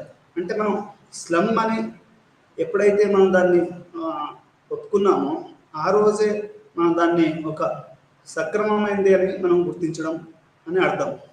ఇది పాశ్చాత్య దేశాలలో ప్రారంభమైంది. ఇది భారతదేశంలో కాదు, ఇది పాశ్చాత్య దేశాలలో ఇది మొదలైందని మనం చెప్పుకోవచ్చు. ఈ యొక్క స్లమ్ డెఫినేషన్ కానివ్వండి, దాని యొక్క విస్తరణ సంబంధించినటువంటి అభివృద్ధి పనులు కానివ్వండి, ఇవన్నీ కూడా ఇది వెస్ట్లో మొదలైందని మనం చెప్పుకోవచ్చు. మురికివాడల వంటి అనాధికారిక లేక ఆకస్మిక స్థావరాల యొక్క వివరణ పూర్తి శత్రుత్వం నుండి మద్దతు రక్షణ వైపు సాగింది. ఒకప్పుడు స్లమ్ అనేది ఒక శత్రుత్వ భావన ఉండేది. వీళ్ళ ఒకసారి సల్మాన్ ఖాన్ అంటుండే అన్నట్టు, ఏమనంటే ఈ ఫుట్పాత్ గన్లు ఏంట్రా, ఈ ఫుట్పాత్ గన్లంతా ఎక్కడి నుంచో వస్తారు, ఈ సిటీని మొత్తం ఖరాబ్ చేస్తారు అని ఒక వ్యతిరేక వైఖరి ఉండేది. అది కాస్త ఈరోజు ఒక పాజిటివ్ వైఖరి వైపు ఈ యొక్క మార్పును సూచించింది. అంటే ఈ యొక్క స్లమ్ అనేది ఒక వ్యతిరేక భావన నుంచి ఒక పాజిటివ్ భావన వైపు, ఒక సానుకూల, ఒక రక్షణ వైపరి, అంటే వాళ్ళు మనుషులే, వాళ్ళకు కొన్ని హక్కులు ఉన్నాయి, వాళ్ళు కూడా బతకాలి అని ఇట్లాంటి మార్పును యొక్క స్లమ్ అనే పదము చూపిస్తుంది. పట్టణీకరణ నగరాలకు అనేక సామాజిక, ఆర్థిక, పర్యావరణ సమస్యలు కలిగజేస్తుంది. అయితే ఈ పట్టణీకరణ అనేది చాలా సామాజిక సమస్యలు, అంటే ఈరోజు మీరు హైదరాబాద్లో ఎప్పటి నుంచో ఉంది, ముల్కీ, నాన్ ముల్కీ అని, నేటివ్ అని, నాన్ నేటివ్ అని, ఇట్లా రకరకాల సమస్యలు ఉన్నాయి. తెలంగాణ అని, ఆంధ్ర అని, లేకుంటే సౌత్ ఇండియా, నార్త్ ఇండియా అని, లేకుంటే ఇండియా, నాన్ ఇండియా అని, ఇట్లా అంటే పర్యావరణ సమస్యలు ఉన్నాయి. ఆ తర్వాత ఎథ్నిక్ ఇష్యూస్ ఉన్నాయి, కుల గొడవలు ఉన్నాయి, మత గొడవలు ఉన్నాయి, జెండర్ లింగపరమైనటువంటి గొడవలు కూడా ఈ యొక్క అర్బనైజేషన్ వల్ల జరుగుతుందని మనం చెప్పుకోవచ్చు. మురికివాడను ఎట్లా నిర్వర్తించాలి? స్లమ్ యొక్క నిర్వచనం సంక్లిష్ట స్వభావం కలిగి ఉంది. అంటే అసలు మనము ఈ యొక్క స్లమ్ని ఎట్లా, దీని యొక్క నిర్వచనం కూడా చాలా సంక్లిష్టమైనటువంటి భావన. అంటే ఏదో ఇట్లా కట్టే కొట్టే తెచ్చే అని చెప్పకుండా స్లమ్ అనే దాన్ని నిర్వచించడం అనేది కూడా కొంచెము సాంకేతికంగా మరి భావాత్మకంగా కూడా కొంచెం సమస్యను కలిగి ఉందని చెప్పొచ్చు. ఇది ప్రపంచ స్థాయి నుండి ప్రాంతీయ స్థాయి వరకు విస్తృతంగా భిన్నంగా ఉంటుంది. అంటే ఈ యొక్క స్లమ్ను నిర్వర్తించడం అనేది ప్రపంచంలో ఒక్కొక్క దేశంలో ఒక్కొక్క రకంగా ఈ యొక్క మురికివాడలను నిర్వర్తించడము అనేది జరిగింది. అది యుఎస్లో అయితే దేన్ని స్లమ్ అంటారు, భారతదేశంలో దేన్ని మురికివాడ అంటారు, లేకుంటే బంగ్లాదేశ్లో దేన్ని మురికివాడ అంటారు. ఇట్లా ఈ మురికివాడల యొక్క డెఫినేషన్ కూడా దేశానికి ఒక్కొక్క దేశానికి ఒక రకంగా ఉందని మనం చెప్పుకోవచ్చు.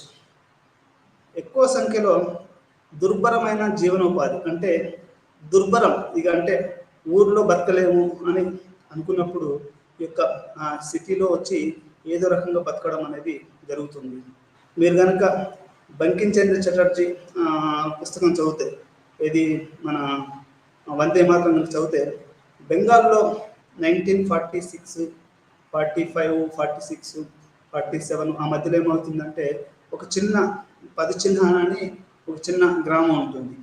ఆ గ్రామంలో ఏంటంటే ఒక రైతు ఉంటాడు, వాడు భూస్వామి ఉంటాడు, వాళ్ళ భార్యకు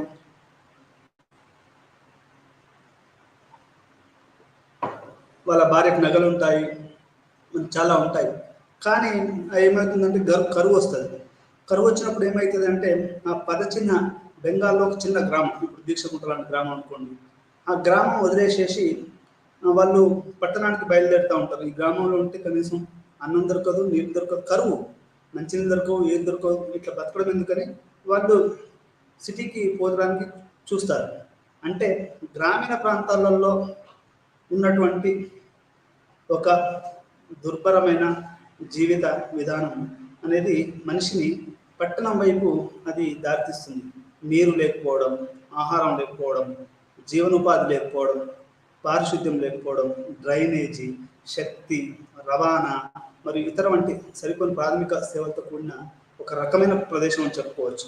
ఈ యొక్క స్లమ్ అనేది కూడా ఒక దుర్భరమైన జీవనోపాధి, సరైన ట్రాన్స్పోర్ట్ లేకపోవడం, పారిశుద్ధ్యం లేకపోవడం. నేను ఇంతకుముందు స్లైడ్లో చూపించాను కదా, ఫస్ట్ మురికివాడ. ఇప్పుడు మీరు ట్రైన్లో పోతుంటే ఒక పక్క ఏంటంటే మొత్తం నీళ్లు పోతూ ఉంటాయి, ఆ పక్కనే ఆ స్మెల్ వస్తూ ఉంటుంది. అసలు ఆ స్మెల్కే నాలాంటి అయితే అసలు చచ్చిపోతామా, ఆ భరించరాని స్లమ్ అనేది ఉంటుంది. అంటే ఆ స్మెల్కి చాలా మంది రోగాలు పాలయ్యే అవకాశం ఉంది. అంటే సరైనటువంటి దుర్భరమైనటువంటి జీవనోపాధి, ఆ తర్వాత నీరు సరిగా లేకపోవడం, పారిశుద్ధ్యం సరిగా లేకపోవడం, డ్రైనేజీ సరిగా లేకపోవడం, శక్తి సరిగా లేకపోవడం. శక్తి అంటే ఎలక్ట్రిసిటీ అనేది కూడా వాళ్ళకు సరిగా ఉండదు, ట్రాన్స్పోర్ట్ ఉండదు. ఇటువంటి సరిపోని ప్రాథమిక సేవలతో కూడుకున్న ఒక ప్రదేశాన్ని మనము స్లమ్ అనొచ్చు. అది ఇప్పుడు మనకు కొన్ని స్లమ్స్ మన హైదరాబాద్లో కనుక చూస్తే ఈ అంబేద్కర్ నగర్ అనేది కూడా ఒక స్లమ్. ఆ తర్వాత సికింద్రాబాద్లో కొన్ని స్లమ్స్ ఉన్నాయి. అంటే ఈ స్లమ్ అనేది ఎటువంటి సరిపోని సదుపాయాలు, వాళ్ళకు రవాణా ఉండదు, దుర్భరమైనటువంటి పేద ప్రజల పేదరికం ఉంటుంది, జీవనోపాధి ఉండదు, నీళ్లు ఉండవు, పారిశుద్ధ్యం ఉండదు, డ్రైనేజ్ ఉండదు, శక్తి ఉండదు, రవాణా ఉండదు, మరియు ఇతర సరిపోని ప్రాథమిక సేవలతో కూడిన ఒక ప్రదేశం. అంటే దాన్ని ఎవరు పట్టించుకోరు, ఒక రాజకీయ నాయకులు కూడా ఎవరు పట్టించుకోరు. ఇప్పుడు మీరు అది పటాన్ చెరువు తీసుకున్నారు అనుకోండి, ఏషియాలోనే అది బిగ్గెస్ట్ పొల్యూటెడ్ టౌన్గా, పొల్యూటెడ్ ఏరియాగా మనకు తెలుస్తూ ఉంది. ఎందుకు పొల్యూటెడ్ అయింది అది అంటే అక్కడ అంతా మొత్తం ఇండస్ట్రీస్ ఉన్నాయి. అది ఒక రకమైనటువంటి స్లమ్గా మనము చెప్పొచ్చు. అసలు యూనివర్సిటీ ఆఫ్ హైదరాబాద్ను కూడా అక్కడ నుంచి వేరే వాళ్ళకి తరలించాలనే ఒక డిమాండ్ నడుస్తుంది. ఎట్లా అంటే లింగంపల్లిలో కనుక, ఇప్పుడు హైదరాబాద్లోని లింగంపల్లి ఇంకా అక్కడ బావేస్తే, మోటార్ వేస్తే మీకు సరైనటువంటి నీళ్లు వచ్చే అవకాశం లేదన్నా అని చెప్పొచ్చు. ఎందుకంటే గత కొద్ది కాలంగా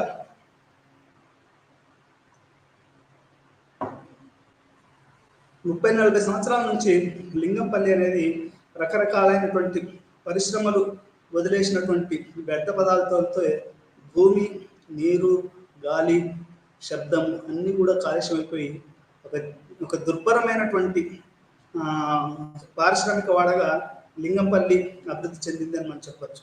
అంటే ఈ దుర్భరమైనటువంటి జీవనోపాధి లేనటువంటి ఈ ఏరియాని మనం స్లమ్ అనొచ్చు. ఉదాహరణకి మా ఫ్రెండ్ ఒకడు, వాడు ఇప్పుడు ఐఐటి ఖరగ్పూర్లో ఫ్యాకల్టీగా ఉన్నాడు. వాడు ఒక రీసెర్చ్ చేశాడు, ఈ అగ్రికల్చర్ ఇంపాక్ట్ ఎట్లా పడుతుంది ఈ యొక్క అంటే ఇండస్ట్రియల్ పొల్యూషన్. ఉదాహరణకి మన హైదరాబాద్లో చాలా వరకు ఫార్మా ఇండస్ట్రీస్ ఎక్కువగా ఉన్నాయి. మనం ఎట్లా అంటే ప్రపంచానికి మనకు హైదరాబాద్ అనేది ఈ ఫార్మా ఇండస్ట్రీకి ఒక కేంద్రంగా అది ఉంది. ఎట్లా అంటే ప్రపంచానికి మనము మెడిసిన్స్ను చేస్తున్నాం.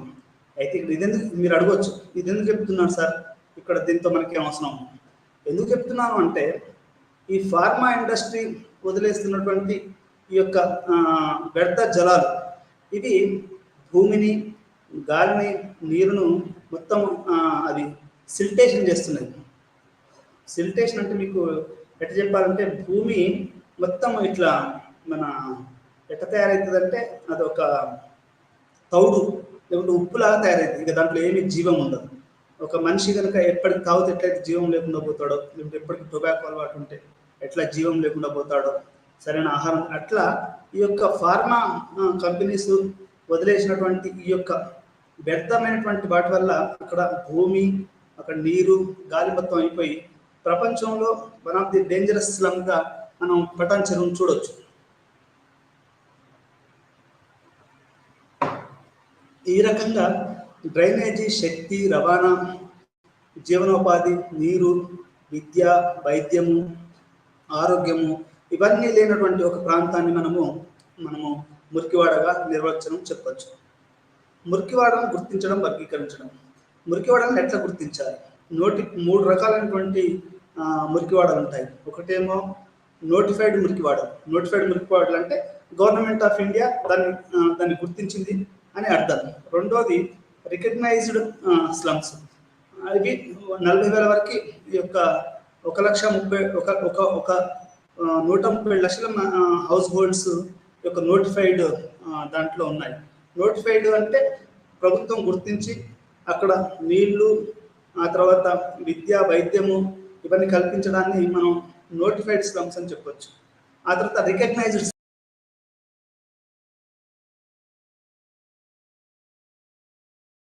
హౌస్ హోల్డ్స్, అక్కడ ఎన్ని ఇళ్ళు ఉన్నాయి ఇవన్నీ కూడా గుర్తించింది, దానికి అప్పుడే గుర్తింపు ఇచ్చింది. దీన్ని మనము గుర్తింపు పొందిన హౌస్ హోల్డ్స్ లేకపోతే స్లమ్స్ అని మనం చెప్పుకోవచ్చు. ఆ తర్వాత ఇంకోటి ఉంటుంది నాన్ రికగ్నైజ్డ్ స్లమ్. అంటే ఒక 300 మంది జనాభా కలిగి ఆ తర్వాత అక్కడ కనుక ఒక 60 నుంచి 70 ఇండ్లు కనుక ఉంటే దాన్ని మనము నాన్ నోటిఫైడ్ అంటే నాన్ నోటిఫైడ్ స్లమ్గా మనం చెప్పుకోవచ్చు. ప్రపంచం మొత్తం కూడా ఈ యొక్క 3 రకాల స్లమ్స్ అనేవి ఉంటాయి. పట్టణీకరణ మరియు స్లమ్ నిర్మాణం. అసలు నేను ఇంతకుముందు చెప్పాను, slum is a by product of the urbanisation అని మనం మాట్లాడుకున్నాం. ఈ యొక్క పారిశ్రామీకరణ, పట్టణీకరణ యొక్క దానివల్ల వచ్చినటువంటి ఒక బై ప్రొడక్టే మనకు స్లమ్ యొక్క అని చెప్పుకున్నాం. భారతదేశంలో పట్టణీకరణ యొక్క స్వభావం మరియు స్వభావాన్ని మార్చడంలో పెద్ద సంఖ్యలో గ్రామీణ వలసదారుల పట్టణ ప్రాంతాలకు వెళ్ళడం చాలా విస్తృతమైన సామాజిక ప్రభావం కలిగి ఉంది. ఒక గ్రామీణ ప్రాంత వాళ్ళు ఒక సిటీకి రావడం అనేది అది ఒక రకమైనటువంటి ఒక విస్తృతమైనటువంటి ఒక సాంస్కృతిక ఇవన్నీ కూడా కలిగి ఉంటుందని మనము అర్థం చేసుకోవాలి. వలసదారులు నగరంలోని భౌతికంగా మాత్రమే కాకుండా వారి సంస్కృతి, జీవనశైలి, విలువలు మొదలైన వాటిని కూడా తీసుకువెళ్తారు. ఒక మనిషి ఒక చోటు నుంచి ఇంకొక చోటికి వెళ్ళినప్పుడు అతని సంస్కృతి, అతని ఆహార అలవాట్లు, అతని యొక్క భాష ఇవన్నీ కూడా అతనితో పాటుగా వస్తాయి. ఒక తెలంగాణ వ్యక్తి కనుక ఉదాహరణకి ఒక తెలంగాణ వ్యక్తి మీరు అమెరికాకి వెళ్ళాడు అనుకోండి, అమెరికాలో మనోళ్ళు పచ్చళ్ళు తినడం, సకినాలు తినడం, తెలంగాణ యాస భాష అనేది వాడు తీసుకెళ్తాడు. అదేవిధంగా బతుకమ్మ పండుగను కూడా అతను తీసుకెళ్లే అవకాశం ఉంది.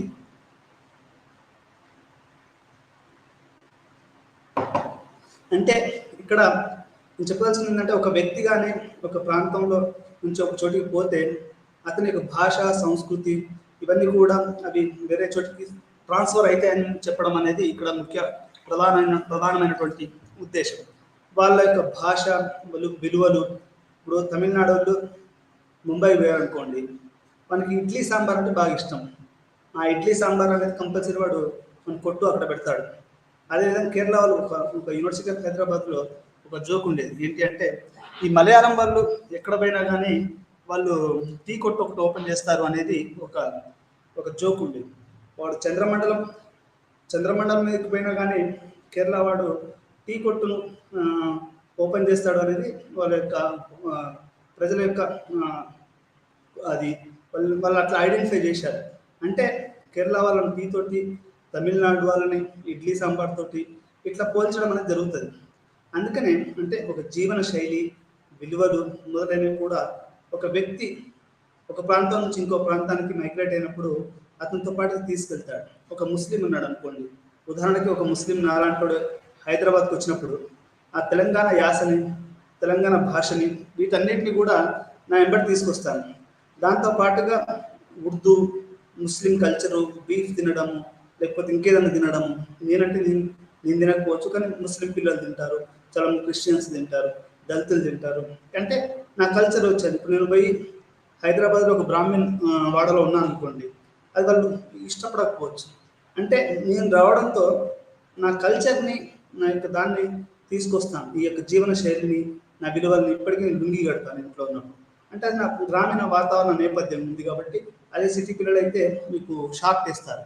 అంటే జీవన శైలి, సంస్కృతి, విలువలు అవి కూడా ఈ యొక్క మైగ్రేషన్తో పాటుగా వస్తాయని చెప్పడము ఇక్కడ నా ఉద్దేశం.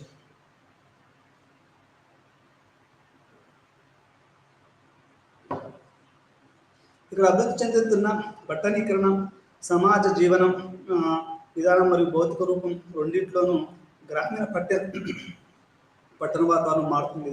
వేగంగా విస్తరిస్తున్న పట్టణ వాతావరణం గతంలో ఆర్థిక సామాజిక నిర్మాణం సాధారణ అంచనా రూపొందించాలని అర్థం చేసుకోవాలి. రోజు రోజుకి హైదరాబాద్ లాంటి మహానగరాలు కానివ్వండి, బాంబే లాంటి నగరాలు కానివ్వండి, ఇంకా ఏదైనా కొన్ని నగరాలు కానివ్వండి, ఇవి రోజు రోజుకి ఒక అసాధారణ లెవెల్లో ఇవి అభివృద్ధి చెందుతున్నాయి. వీటి వేగంగా విస్తరిస్తున్న పట్టణ వాతావరణం ఉంది అని మనం ఇక్కడ అర్థం చేసుకోవాలి. ఇవి ఆర్థికపరమైనటువంటి నిర్మాణాలు ఎక్కువగా జరుగుతున్నాయి. ఇప్పుడు మీకు మహానగరాలలో పెద్ద పెద్ద సాఫ్ట్వేర్ ఇండస్ట్రీస్ ఇవన్నీ కూడా ఆర్థిక నిర్మాణాలు గ్రామీణుల చేతులతో జరగడం జరుగుతుంది. ఈ స్లమ్ అనేది కూడా పట్టణీకరణలో ఒక బై ప్రొడక్ట్ ఆఫ్ ది పట్టణీకరణ అని మనం చెప్పుకోవాలి. మురికివాడల జనాభా అంటే మురికివాడల జనాభా కనుక మనం చూస్తే అది ఏ రాష్ట్రాల్లోనే ఎక్కువ ఉంది అనేది మనం కనుక చూస్తే మన ఇండియాలో అయితే మన మన భారతదేశంలో అయితే ముంబై లాంటి మహానగరాలలో ఈ యొక్క మురికివాడల యొక్క జనాభా ఎక్కువగా ఉంది అని మనము చెప్పుకోవచ్చు. మురికివాడల జనాభా యుఎన్ హ్యాబిటాట్ అంచనాల ప్రకారం 881 మిలియన్లు జనాభా ఈరోజు మురికివాడలలో జీవిస్తున్నారు. కొత్తగా 689 మిలియన్ల నుండి పెరుగుదల, అంటే 689 మిలియన్ల నుంచి 881 మిలియన్ల యొక్క ప్రజలు, అంటే ఒక 200 మిలియన్ల పీపుల్ అనేది ఈరోజు మనకు స్లమ్ యొక్క పెరుగుదల అనేది జరిగింది. అంటే జనాభాలో 5% నుండి 56% వరకు ఈ యొక్క మురికివాడల యొక్క జనాభా పెరిగింది అనేది మనకు అర్థమవుతుంది. దాదాపు 2 బిలియన్ మురికివాడలలో నివసిస్తున్నారు. అంటే దీంట్లో ఎక్కువ మంది మనకు యొక్క మురికివాడలలో నివసిస్తున్నారని అర్థం చేసుకోవాలి. మురికివాడల పెరుగుదల డైనమిక్స్ అంటానికి కారణాలు. అసలు ఈ మురికివాడల గల కారణాలు ఏంటంటే మనం 2 రకాలుగా చెప్పొచ్చు. ఇప్పుడు కల్చరల్ రెవల్యూషన్ జరిగింది. ఈ కల్చరల్ రెవల్యూషన్లో చైనా ఏం చేసింది అంటే వాళ్ళ యొక్క మైగ్రేషన్ గ్రామీణ ప్రాంతంలోనే పట్టణ ప్రాంతానికి రాకుండా చైనా అక్కడికి ఆపేసింది. ఆ తర్వాత ఇంకొక దేశం, అది ఇటలియా, బ్రెజిల్లో ఒక రెవల్యూషన్ వచ్చి వాళ్ళు అన్టచబిలిటీ అంటే ఈ యొక్క దీన్ని రూపుమాపడం వల్ల ఏమైంది అంటే అసలు బ్రెజిల్కి పల్లెటూరు నుంచి సిటీలోకి జనాలు కోకొల్లలుగా లక్షలుగా రావడం అనేది జరిగింది. అంటే బ్రెజిల్ ఒక రకమైన సమస్యల్ని, చైనా ఇంకొక రకమైన సమస్యల్ని, యూరప్ ఇంకొక రకమైన సమస్యల్ని, భారతదేశం ఇంకొక రకమైన సమస్యల్ని, ఈ రకంగా యొక్క ఇంటర్నల్ మైగ్రేషన్ని వాళ్ళు మేనేజ్ చేస్తున్నారని మనం చెప్పుకోవచ్చు. ఇప్పుడు మన ప్రధానమంత్రి గారు చెప్పారు ఏమని, కన్స్ట్రక్టింగ్ ది ఏదో సిటీస్, స్మార్ట్ సిటీస్ అని ఆయన ప్రాజెక్టు పెట్టాడు. అంటే సిటీలను యొక్క దాన్ని పెంచాలి, అంతర్జాతీయ నగరాన్ని కట్టాలి. మన కేసీఆర్ గారు కూడా హైదరాబాద్ని విశ్వ నగరం చేస్తున్నాం అంటున్నారు. అంటే ఈ యొక్క పెరుగుదల అనేది డైనమిక్గా ఉంటుంది అని మనం ఇక్కడ అర్థం చేసుకోవాలి. చైనా ప్రభుత్వ సాంస్కృతిక విప్లవం అనేది ఇది తిప్పికొట్టిందని మనం చెప్పుకోవచ్చు. భారతదేశంలో పట్టణీకరణ మరియు మురికివాడల పెరుగుదల, అంటే భారతదేశంలో ఈ యొక్క పట్టణాల పెరుగుదల ఎట్లా జరిగింది, ఆ తర్వాత ఇక్కడ మురికివాడలు ఎట్లా పెరిగాయి అనేది కూడా ఒక ప్రధానమైనటువంటి విషయంగా మనం చెప్పుకోవచ్చు. ఎట్లా అంటే ఇక్కడ జనాభా 27% నుంచి 30%కి 2001 సెన్సస్ పెరిగింది. భారతదేశం వేగంగా అభివృద్ధి చెందుతున్న ఆర్థిక వ్యవస్థ కోసం చాలా నగరాలు పట్టణ జనాభాలో స్థిరమైన పెరుగుదలను ఎదుర్కొంటున్నాయి. భవిష్యత్తు సంక్షేమము, నగరవాసులు ముఖ్యంగా దయనీయమైనటువంటి మరియు అపరిశుభ్రమైనటువంటి వాతావరణంలో నివసిస్తున్నారు.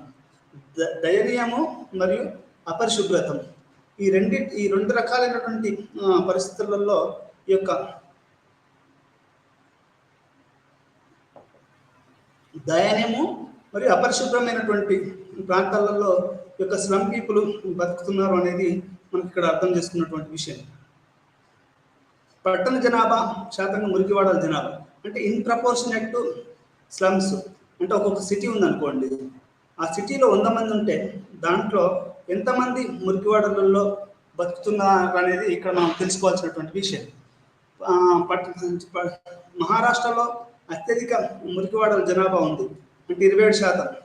ఆ తర్వాత ఆంధ్రప్రదేశ్ 24%, హర్యానా 23%, జమ్మూ కాశ్మీర్, పంజాబ్లు 20%, 10 నుంచి 20%, కేంద్రపాలిత ప్రాంతాలు 10 నుంచి 20% ఉన్నారు.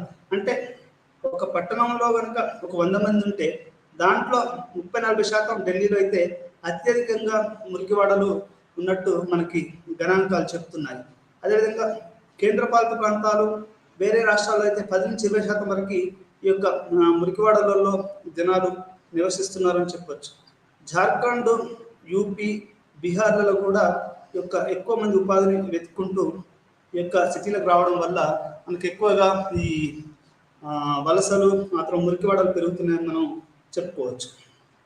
భారతదేశంలో మిలియన్ నగరాలలో మురికివాడలు, మిలియన్ నగరాలు అంటే లక్షలలో కోట్లలో ఉన్నటువంటి ఈ యొక్క సిటీలు అంటే బాంబే, హైదరాబాద్, కలకత్తా, చెన్నై వీటిలలో ఎట్లా ఉన్నారు అంటే కనుక చూస్తే అది 41% జనాభా భారతదేశంలో మురికివాడలలో ఉన్నారని మనం చెప్పుకోవచ్చు. మరి ముఖ్యంగా బాంబేలోనైతే వాళ్ళ వాళ్ళ సిటీలో బతుకుతున్న సగం జనాభా వాళ్ళు మురికివాడలలోనే ఉన్నారు. ఆ తర్వాత హైదరాబాద్లో 30% మంది, కలకత్తాలో 18-20% మంది. ఇట్లా అంటే ఇప్పుడు మీరు సోనాగచ్చి ఇవన్నీ వినే ఉంటారు. అవన్నీ కూడా రెడ్ లైట్ ఏరియాస్, అంటే అక్కడంతా ప్రాస్టిట్యూషన్ ఇవన్నీ కూడా చాలా ఎక్కువగా జరుగుతాయి. ఎక్కడైతే మురికివాడలు ఇవి అధికంగా ఉంటాయో, ఎక్కడైతే ఇవన్నీ వీటి యొక్క అన్శానిటేషను జీవనోపాధి ఉండదో, దుర్భరమైనటువంటి జీవన పరిస్థితులు ఉంటాయో అక్కడ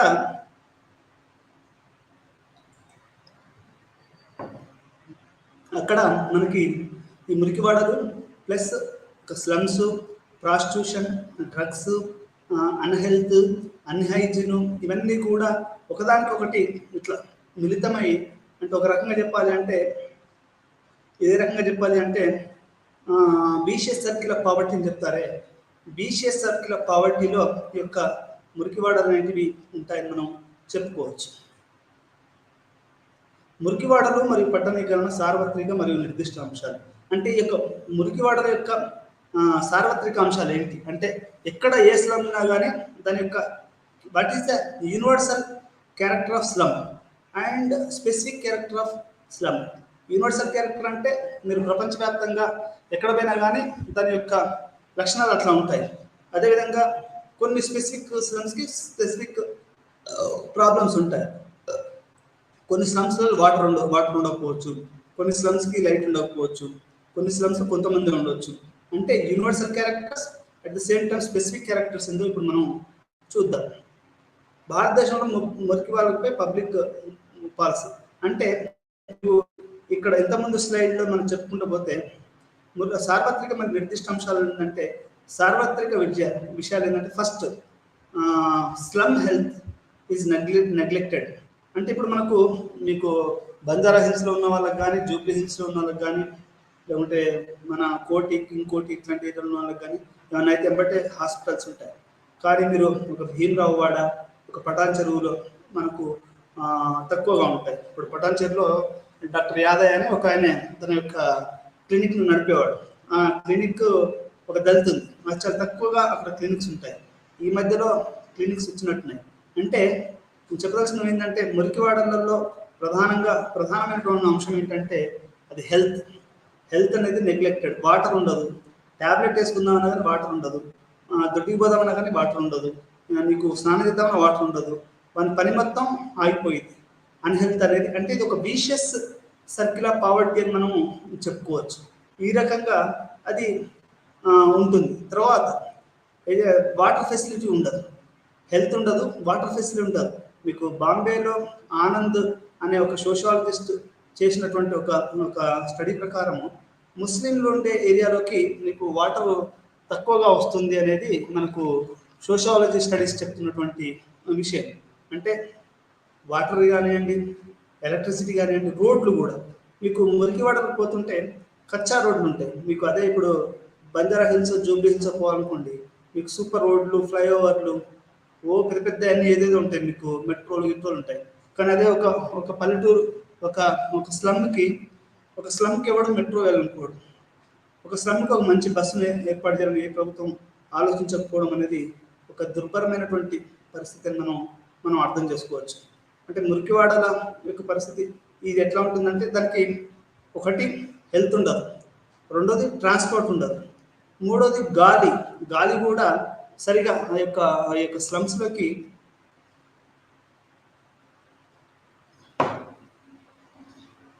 గాలి అనేది సరిగా రాదు అని మనం చెప్పుకోవచ్చు. ఎందుకంటే గాలి అనే చెట్లు, గ్రామీణ ప్రాంతం.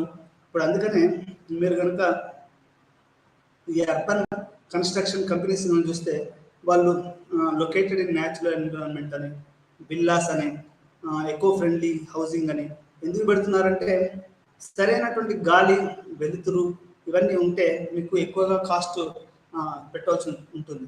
మీ అందరికీ తెలుసో లేదో, ఈ మధ్యలో యూత్ చాలామంది కూడా రియల్ ఎస్టేట్లో పనిచేస్తున్నారు. ఎందుకంటే జాబులు దొరకక రకరకాల సమస్యల వల్ల వాళ్ళు ఈ యొక్క రియల్ ఎస్టేట్లలో పనిచేయడం జరుగుతుంది. చాలామంది యూత్ వచ్చి అడుగుతూ ఉంటారు, సార్ ఫ్లాట్స్ ఉన్నాయి సార్ నల్గొండ దగ్గర, అక్కడ ఇక్కడ దగ్గర, దేవుని దగ్గర ఎన్విరాన్మెంటల్ ఫ్రెండ్లీ అని ఇట్లా చెప్తా ఉంటారు. ఈ రకంగా ఏంటంటే గాలి కూడా వాళ్ళకి ఈ యొక్క స్లమ్స్లో ఉన్న వాళ్ళకి దొరకదు. ఆ తర్వాత ఎనర్జీ, ఎలక్ట్రిసిటీ, మీ అందరికి తెలుసో లేదో, ఎలక్ట్రిసిటీ కూడా ఈ యొక్క దీంట్లో ఉండే వాళ్ళకి ఎలక్ట్రిసిటీ కూడా మనకు ఇల్లీగల్ అంటే వాళ్ళు ఇప్పుడు మా ఊర్లో కూడా చాలామంది దళితులు లేకుంటే వాళ్ళు కరెంట్ బిల్లులు కట్టారు. అంటే నేను అందరినీ ఏం అనట్లేదు, అది వాళ్ళ పేదరికం అని చెప్పుకోవచ్చు. అంటే స్లమ్స్లలో కూడా ఒక కరెంట్ వైర్ పోతుంటే దానికి 2 కొక్కేలు వేస్తారు, ఆ కొక్కేలు వేసేసి కరెంట్ గుంచుతారు. ఆ రకంగా పల్లెటూరులో కానీ పట్టణాలలో కూడా ఎలక్ట్రిసిటీ అనేది ఉండదు. అంటే హైజీన్ ఉండదు, ఎలక్ట్రిసిటీ ఉండదు, రోడ్లు ఉండవు, ఎడ్యుకేషన్ ఉండదు, ఇన్ఫ్రాస్ట్రక్చర్ ఉండదు. అంటే దానికి ప్రాథమిక అవసరమైనటువంటి ఇన్ఫ్రాస్ట్రక్చరు, బడి ఉండదు, ఇప్పుడు పబ్లిక్ హెల్త్ స్కూల్ అనేది ఉండదు ఈ యొక్క వీటిలలో. ఆ తర్వాత యాక్సిడెంట్, ఇంజూరీ, ఆ తర్వాత అన్హెల్త్, యాక్సిడెంట్లు ఎక్కువగా జరుగుతూ ఉంటాయి. ఇప్పుడు మీకు స్లమ్స్లలో ఏంటంటే చీకటిగా ఉందనుకోండి, మీకు యాక్సిడెంట్స్ ఎక్కువగా జరిగి ఇంజూరీస్ జరిగి అన్హెల్త్కి దారితీస్తాయి. ఈ రకంగా accident, injury, unhealth is a kind of symptom of the urban society అని మనం చెప్పుకోవచ్చు. భారతదేశంలో మురికి వాడలపై పబ్లిక్ పాలసీ అంటే మరి ఇన్ని సమస్యలు అంటే undue urban planning also is a big problem అని మనం చెప్పుకోవచ్చు. అంటే ప్రభుత్వాలు సరైనటువంటి వాళ్ళు చేయకపోవడం కూడా ఒక ప్రధానమైనటువంటి లేమిగా మనం ఇక్కడ అర్థం చేసుకోవాలి. పెరుగుతున్న పట్టణీకరణ మరియు సరైన గృహాలు లేకపోవడం వల్ల భారతదేశంలో మురికివాడలు పెరిగాయి. భారత ప్రభుత్వం తన పబ్లిక్ పాలసీలో పేదరికాన్ని నిర్మూలించడానికి, ఉపాధి అవకాశాలు సృష్టించడానికి మరియు ప్రణాళికబద్ధమైన అభివృద్ధిని ప్రోత్సహించడానికి కొన్ని నిర్దిష్టమైన కార్యాలను కలుపుతుంది. ఒకటేమో హౌసింగ్, రెండేమో పేదరిక నిర్మూలన, మూడేమో ఉపాధి అవకాశాలు అంటే ఎంప్లాయ్మెంట్. మీరు ఎంప్లాయ్మెంట్ ఇచ్చారనుకోండి, అది వాడు ఇల్లు కట్టుకుంటాడు, వాడు అన్ని చేసుకుంటాడు. ఇప్పుడు మనకు కేసీఆర్ డబుల్ బెడ్రూమ్లు ఇవ్వాల్సిన అవసరం లేదు, మోడీ ఇల్లు ఇవ్వాల్సిన అవసరం లేదు. మీరు ఉద్యోగం ఇస్తే చాలండి, వానికి వాడే తన యొక్క ఉపాధి అవకాశాన్ని చూసుకునే అవకాశం ఉంది. అంటే ఈ రకంగా పబ్లిక్ పాలసీలో భారత ప్రభుత్వం ఫస్ట్ గృహ నిర్మాణము, రెండోది ఉపాధి కల్పన, మూడోది పేదరికాన్ని నిర్మూలించడం, ఈ 3 ప్రధానమైనటువంటి ఈ యొక్క పేరుతో ఇది జరుగుతుంది. అంతర్జాతీయ ఏజెన్సీలు ఇచ్చే విధులను కూడా కేంద్ర ప్రభుత్వం రాష్ట్రాలు మళ్లిస్తుంది. అంటే యాక్చువల్గా ఇస్లాం నిర్మించడానికి జపాన్ ప్రభుత్వం, ఆ తర్వాత ఇంకొన్ని దేశాలు జర్మనీ, జపాన్ ఇట్లాంటి దేశాలు ఏంటంటే మన భారతదేశం లాంటి దేశాలకి డబ్బులు ఇస్తూ ఉంటారు.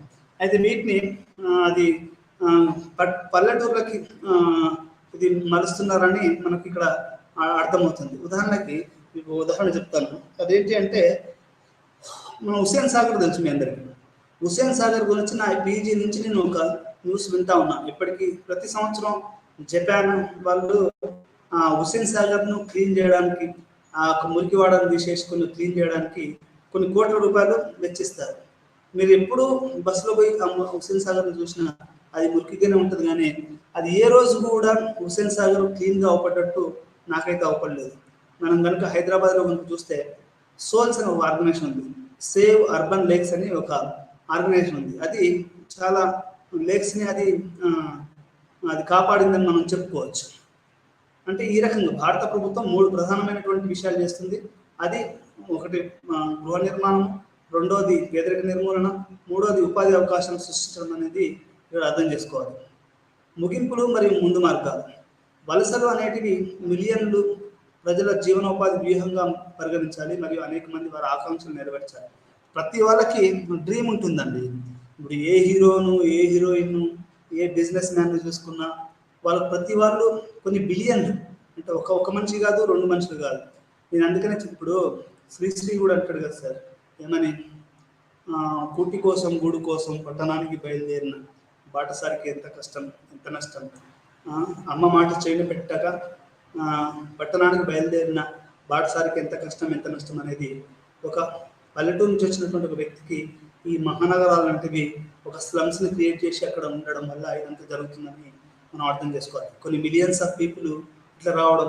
నాలంటోళ్ళు హైదరాబాద్ మహానగరం గురించి రాస్తూ సుభాష్ సున్సాన్ సే शुरू होती है रात को रंगीन बनती है हैदराबाद शहर అని చెప్పడం. హర్ దిన్ హజారో మజ్దూర్ ఆతే హై యహా అప్నీ తరక్కి కర్నే కి కోషిష్ కర్తే యహా అని. అంటే ప్రతిరోజు కొన్ని లక్షల మంది కూలీలు, అది సినిమా కార్మికులు కానివ్వండి, విద్యార్థులు కానివ్వండి, ఇంకెవరైనా కానివ్వండి, అది రావడము, వాళ్ళు తమ యొక్క డ్రీమ్ని ఇక్కడ పర్సూ చేయడము, ఓవర్ నైట్ హీరోలు కావడం, ఓవర్ నైట్ సూసైడ్ చేసుకోవడం అనేది ఈ యొక్క సిటీ అనేది ఎప్పటికీ ఫ్లక్చుయేటింగ్గా ఉండడం. దీనికి అన్నిటికీ కారణం ఏంటంటే అన్డ్యూ అర్బన్ పాపులేషన్ అని, అర్బనైజేషన్లో భాగంగానే ఒక స్లమ్స్ పుడతాయనేది కూడా మనం ఇక్కడ అర్థం చేసుకోవాల్సినటువంటి విషయం. ఈ రకంగా వలసలు కొన్ని మిలియన్ల మంది ప్రజల జీవనోపాధి వ్యూహంగా పరిగణించాలి మరియు అర్థం చేసుకోవాలి. వలసదారులు గత శతాబ్దంలో కంటే సామాజిక, సాంస్కృతిక, పౌర రాజకీయ చేస్తారు. అభివృద్ధి సాధారణమైన మెరుగుదలలు జరుగుతున్నాయి. ఇప్పుడు మరింత ముఖ్యంగా సమకాలీన కాలంలో ప్రపంచవ్యాప్తంగా ఉన్న దేశాలు మరియు కమ్యూనిటీలు వలసదారుల సహకారాన్ని ప్రతిబింబించడానికి మనకు మైగ్రేషన్ సరైన ఆధారం అని చెప్పుకోవచ్చు. అంటే ఇప్పుడు మనకు క్యా అని తీసుకొచ్చారు మోడీ ప్రభుత్వం వాళ్ళు. ఇప్పుడు అది మళ్ళీ అది వెనక్కి తీసుకున్నారు అనుకోండి, ఆ సిటిజన్స్ అమెండ్మెంట్ యాక్ట్ అని చెప్పారు. ఈ మైగ్రేషన్ లాస్ కూడా ఎట్లయితేనంటే ఈ యొక్క మొత్తం ప్రపంచవ్యాప్తంగా కూడా ఈ యొక్క వలసలు ఎక్కువగా కావడం వల్ల ఈ యొక్క మైగ్రేషన్ పాలసీ అనేది కూడా ప్రతి దేశం చాలా స్ట్రిక్ట్గా చేస్తూ ఉంది. ఇంతకుముందు అట్లా లేకుండే. ఇందిరాగాంధీ ఉన్నప్పుడు చాలామంది శ్రీలంక వాళ్ళు అక్కడ ఇంటర్నల్ కాన్ఫ్లిక్ట్ ఉన్నప్పుడు తమిళనాడుకు వచ్చి శరణార్థి పొందారు. అదే రకంగా చాలామంది మన భారతీయులు, ఇప్పుడు టిబెట్ వాళ్ళు, అక్కడ చైనా వాళ్ళు చేస్తున్నటువంటి ఒక దుర్మార్గానికి వాళ్ళు ఈ దేశంలో పారిపోయి వచ్చారు. అట్లే ఈ మధ్యలో మోడీ ప్రభుత్వం ఏం చేసిందంటే ఈ యొక్క బంగ్లాదేశ్ నుంచి వస్తున్నారని, దాంట్లో హిందువులకి ఒక విధానము, ముస్లింలకు నుంచి ముస్లింలు మాత్రం మళ్ళీ వెనక్కి వెళ్ళాలని, ఇట్లా ఏదో ఒక తీసుకురావడం వల్ల భారతదేశం మొత్తం కూడా ఒక పెద్ద నిరసన జరగడం, మళ్ళీ ఆ బిల్లుని వెనుకకు తీసుకోవడం. దాని కింద నువ్వు మీ తాతయ్య మీ అంటే ఒక 7 తరాల 3-4 తరాల నువ్వు అదేంటి నీ యొక్క డాక్యుమెంట్స్ అంటే నువ్వు భారతీయునివే అని నిరూపించుకోవడానికి ఈ యొక్క డాక్యుమెంట్స్ ఉండాల్సినటువంటి అవసరం ఉంది. అంటే కొంతమందికి ఇప్పటికీ ఊర్లలో రేషన్ కార్డులు, ఆధార్ కార్డులు లేని వాళ్ళు, ఇట్లా రకరకాలైనటువంటి వాళ్ళు ఉంటారు. అంటే నువ్వు కనుక 3 తరాల వాళ్ళు మనం చేయొచ్చా? దాంట్లో ముస్లింలను మరీ ప్రత్యేకంగా ఒక టార్గెట్ చేస్తున్నట్టుగా ఈ యొక్క క్యా ఉందనేది చాలామంది సమాజ శాస్త్రవేత్తలు, ఆర్థిక శాస్త్రవేత్తలు, ఒక ఆయన కవి రాశాడు, హమ్ కాగజ్ నహీ దేంగే అంటే మేము పత్రాలు చూపించామయ్యా, నువ్వేం చెప్పేది, నువ్వే అసలు నీ యొక్క బిఏ ఎక్కడ చదివావు, ఎంఏ ఎక్కడ చెప్పి నువ్వు పత్రాలు చూపించావు, మమ్మల్ని మాత్రం పత్రాలు చూపించమని నువ్వు అడిగే హక్కు నీకు లేదని ఒక కవి. కర్ణాటకలో కూడా ఇట్లే ఒక కవి చెప్తే అతన్ని అరెస్ట్ చేసేసి జైల్లో పెట్టడం జరిగింది. అంటే ఒక పక్క వలస చట్టాలు, వలసలు, సిటీలు, దానికి వ్యతిరేకంగా అంటే వలస చట్టాలు రావడం, క్యా లాంటి వాటిని ప్రపంచవ్యాప్తంగా, ఇక్కడ ఇండియాలో అయితే కొంచెం ఎక్కువగా జరుగుతుంది ఈ మధ్యలో, అది అంతకుముందు అట్లా జరగడం అనేది లేకుండా. అంటే ఈ రకంగా ఈ వలసలు అనేటివి ప్రపంచవ్యాప్తంగా ఒక రక్కస్ అంటే ఒక అపిహిబిల్, ఒక లాభాలాగా ఇట్లా విధిజల్లి అది రకరకాలైనటువంటి సమస్యలను సృష్టిస్తుందని మనం చెప్పుకోవచ్చు. ఇట్లా ఇక్కడ చాలా రకాలైన, దీనికి ఎట్లా మరి ముగింపు చెప్పొచ్చు అని మీరు అడగవచ్చు. దీనికి చాలా రకాల ముగింపులు ఉన్నాయి. ఎట్లా అంటే ప్రభుత్వం ఒక మంచి పాలసీని తీసుకురావడం,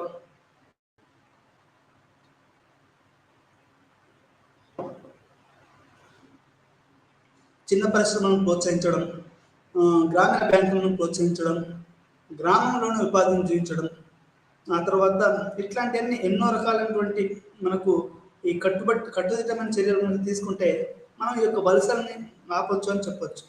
సరైనటువంటి ఎమిగ్రేషన్ అండ్ ఇమిగ్రేషన్ లాస్ అనేటివి పెట్టుకుంటే దానివల్ల ఏమవుతుంది అంటే మనం చాలా వరకు ఈ యొక్క వలస సమస్యని, ఈ యొక్క మైగ్రేషన్ సమస్యని మనం చెప్పొచ్చు. అదేవిధంగా స్లమ్స్ని కూడా మనము అరికట్టే అవకాశం ఉంది. ఈ మురికివాడలు, ఈ దుర్భరమైనటువంటి జీవన విధానం లేకుండా మనం చేసే అవకాశం ఉంది. అంటే ఇది కనుక మనం చేయకపోతే ఇది ఈ స్లమ్స్, మురికివాడలు ఇంకా పెరుగుతూనే ఉంటాయని మనం చెప్పుకోవచ్చు. చివరిగా వలస యొక్క మనం ఈ పాఠంలో ఏం తెలుసుకున్నామంటే వలస యొక్క భావన అంటే వాట్ ఈస్ మైగ్రేషన్, ఆ తర్వాత వాట్ ఈస్ స్లమ్ అనేది కూడా మనం ఇంత తెలుసుకున్నాం. మరియు సామాజిక దృక్పథాన్ని పరిశీలించడం అనేది చేశాం. అదేవిధంగా రాకపోకలు, వలసలు, దాని రకాలు, కోవిడ్-19 తోటి ఇది ఏ రకంగా ఇది ఎక్కువగా అయింది, ఇట్లాంటివన్నీ కూడా మనము ఈ యొక్క ఈ స్లమ్స్లో ఏమైంది అనేది కూడా మనం తెలుసుకున్నాం. అదేవిధంగా దీంట్లో ఏ రకంగా ఇప్పుడు కోవిడ్ వచ్చినప్పుడు కూడా నాకు తెలిసి జూబ్లీ హిల్స్, బంజారా హిల్స్లో ఉన్న వాళ్ళకి ఎవరికి ఏం కాలేదు. కానీ నాకు తెలిసి మురికివాడలలో ఉన్న వాళ్ళు కొన్ని లక్షల మంది చచ్చిపోయి ఉంటారు అనేది నా భావన. ఎందుకంటే మీకు గంగా నదిలో శవాలు తేలాయి. మీరట్టు ఆ తర్వాత ఆ ఏరియాలో బాగా హైలీ స్లమ్ మోడల్స్ అంటే అక్కడ టైనరీ ఇండస్ట్రీ ఉంది, చెప్పుల పరిశ్రమలు బాగా ఆ ఆగ్రా, మీరట్టు ఆ ఏరియాలో ఏంటంటే మీకు పొల్యూషన్ టూ మచ్గా వస్తుంది అన్నది. ఆ చెప్పుల పరిశ్రమ నుంచి ఎక్కువగా పొల్యూషన్ వస్తుంది. ఈ కోవిడ్-19 కూడా ఈ యొక్క స్లమ్స్ ఆ తర్వాత ఈ యొక్క వీటి నుంచి ఎక్కువగా చనిపోయి ఉంటారని నా భావన. మరి వీటన్నిటికీ సమస్యలకు ముగింపు ఏంటి అంటే ప్రభుత్వాలు ఒక పద్ధతి ప్రకారమైనటువంటి అర్బన్ ప్లానింగ్ అంటే బ్రిటిషర్స్ ఏ రకంగానైతే మన భారతదేశాన్ని అర్బన్ ప్లానింగ్ చేశారో ఆ రకమైన అంటే ఎటువంటి ఓట్ బ్యాంక్ రాజకీయాలు కాకుండా నిజంగా అది అర్బన్ ప్లానర్స్ని తీసుకొచ్చి సిటీలను కనుక డెవలప్ చేస్తే మనకి ఈ యొక్క మురికివాడలు అనేటివి దాదాపు మనం వైపౌట్ చేయొచ్చు. అంటే దీనికి మన పొలిటికల్ విల్ అంటే రాజకీయ సంకల్ప బలం. మీకు కనుక రాజకీయ సంకల్ప బలం ఉంటే ప్రపంచంలో ఏదైనా సాధించవచ్చు. అంటే నువ్వు పొలిటికల్ విల్ లేకపోతే ఎవడేం చేయలేడు. ఇప్పుడు చాలా వరకు మన తెలంగాణ అంటే పొలిటికల్ విల్ లేకుండా దేశానికి, ప్రపంచానికి. ఆ తర్వాత పొలిటికల్ విల్ తర్వాత తెలంగాణ వచ్చింది. ఏదైనా కానీ ఒక పొలిటికల్ విల్ ఉండాలి, ఒక రాజకీయ. ఎందుకంటే మీకు చట్టాలు చేసేది, వాటిని అమలుపరిచేది మొత్తం శాసనసభలు ఇవే కాబట్టి ఒక పొలిటికల్ విల్ ఉంటే ఏమైందంటే మనం స్లమ్స్ని పూర్తిగా వైపౌట్ చేయొచ్చు. అసలు ఈ భూమి మీద స్లమ్ అంటే ఏంటో రాబోయే తరాలకి, చిన్నపిల్లలకు అంటే మురికివాడలు అంటే అవి ఒకప్పటి ముచ్చట అని అన్నట్టుగా చేయాలి. అంటే అది మనము సరైనటువంటి గవర్నమెంట్ పాలసీని తీసుకొచ్చేసి మనం ముందుకు తీసుకెళ్ళాలి అనేది ఇక్కడ మనం అర్థం చేసుకోవాలి. అంటే గవర్నమెంటు ఆ తర్వాత పొలిటికల్ విల్ అంటే ఈరోజు మన ప్రధానమంత్రులు నాకు తెలిసి జవహర్ లాల్ నెహ్రూ, మీరు కాంతాబాయి కటియావాడి చూసే ఉంటారు. ఏంటి ఆమె ఒక మురికివాడలో ఒక ప్రాస్టిట్యూట్లో ఆమె ఉంటుంది, ఆలియా భట్ నటించింది. ఆమె నెహ్రూ దగ్గర పోయింది వాళ్ళ మురికివాడలను గవర్నమెంట్ తీయాలనుకున్నప్పుడు. ఆమె ఆ మురికివాడలను డెవలప్ చేయాలి అని చెప్తే నెహ్రూని కలుస్తుంది. అది ఆమె రకంగా ఆ మురికివాడని ఆమె కాపాడుతుంది. అంటే ఇక్కడ నేను చెప్పదలుచుకున్నది ఏంటంటే వీటన్నిటికి కూడా పొలిటికల్ విల్ అండి. Above all political differences, the whole nation should have, political leaders should have a political will to wipe out the slums from the earth. అంటే ఒక రాజకీయ నిర్ణయాధికారం కలిగినటువంటి రాజకీయ శక్తి వీళ్ళని కనుక వాళ్ళు కనుక చేస్తే ఈ యొక్క స్లమ్స్ అంటే ఈ మురికివాడల్ని భూమి మీద లేకుండా అందరికీ ఒక స్వచ్ఛమైన, సౌభాగ్యమైన, ఒక చదువుతో కూడిన దుర్భర దారిద్ర్యం లేని ఒక జీవితాన్ని మనం కల్పించవచ్చు. అటువైపుగానే సోషియాలజిస్టులు అందరూ కూడా పనిచేయాలని ఆశిస్తూ నాకు ఈరోజు పాఠాన్ని మనం ఇక్కడితో ముగిద్దాం. మరొక పాఠంలో మళ్ళీ మరొక కొత్త పాఠంతో వెళ్తాం. అప్పటికి సెలవు, నమస్కారం.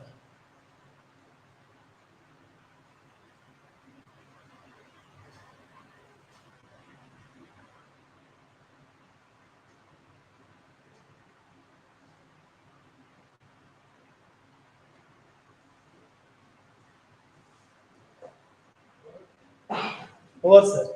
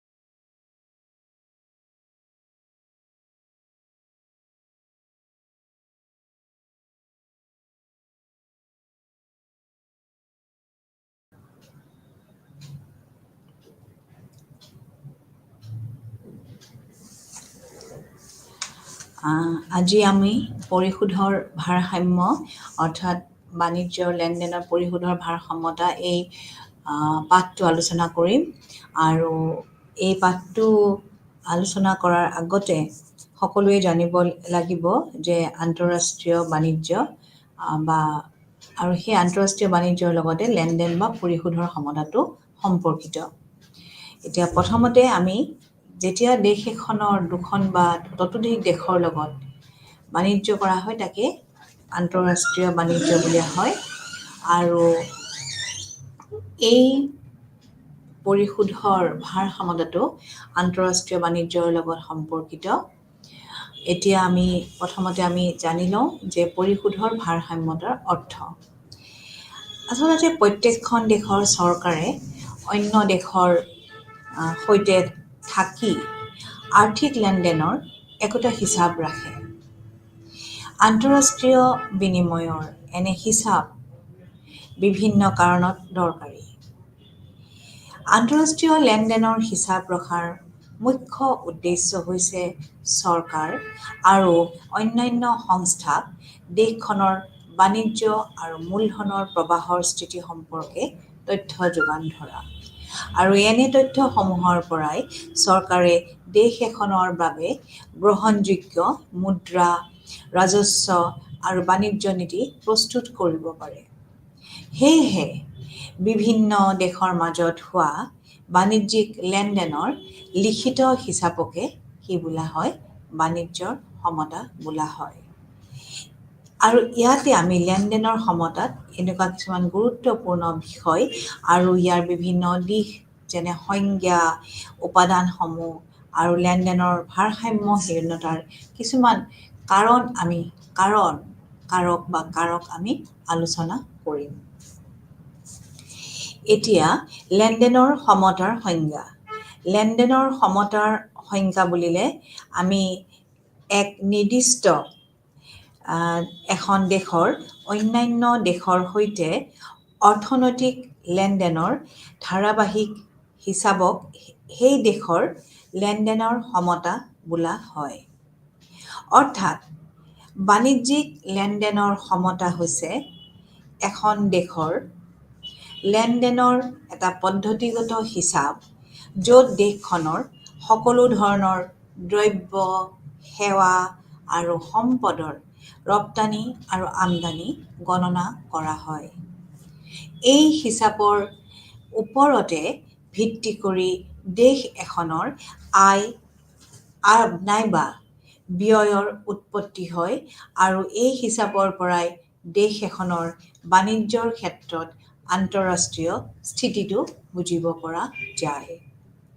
গতিকে এক নিৰ্দিষ্ট সময়ত এখন দেশৰ অন্যান্য বেলেগ বেলেগ দেশৰ সৈতে যি অৰ্থনৈতিক লেনদেন, তাৰমানে আমদানি, ৰপ্তানি এইবিলাক অৰ্থনৈতিক লেনদেন বুলি কোৱা হয়, সেই ধাৰাবাহিক হিচাপক সেই দেশৰ লেনদেনৰ সমতা বুলি কোৱা হয়। এতিয়া এই সংজ্ঞাটোৰ পৰা আমি কি বুজি পাওঁ? এই সংজ্ঞাটোৰ পৰা আমি এইটোকে ক'ব পাৰোঁ যে লেনদেনৰ সমতা হৈছে এখন দেশৰ আন্তঃৰাষ্ট্ৰীয় বিনিময়ৰ সংক্ষিপ্ত বিৱৰণ। আন্তঃৰাষ্ট্ৰীয় লেনদেনৰ উদ্ভৱ হোৱাৰ কাৰণ হৈছে দ্ৰব্যৰ প্ৰৱাহ, সেৱাৰ প্ৰৱাহ আৰু সম্পদৰ প্ৰৱাহ। স্বাভাৱিকতে এই প্ৰৱাহসমূহৰ বাবেই অৰ্থনৈতিক লেনদেনত আয় নাইবা ব্যয়ৰ উৎপত্তি হয়। কিন্তু কেতিয়াবা কোনো পৰিশোধ নকৰাকৈও দ্ৰব্যৰ প্ৰৱাহ ঘটিব পাৰে, যেনে বিদেশৰ পৰা পোৱা উপহাৰ। সেই উপহাৰো ইয়াত প্ৰৱাহৰ ভিতৰতে অন্তৰ্ভুক্ত কৰা হয়, অৰ্থাৎ এইটো দ্ৰব্যৰ প্ৰৱাহ বুলি কোৱা হয়।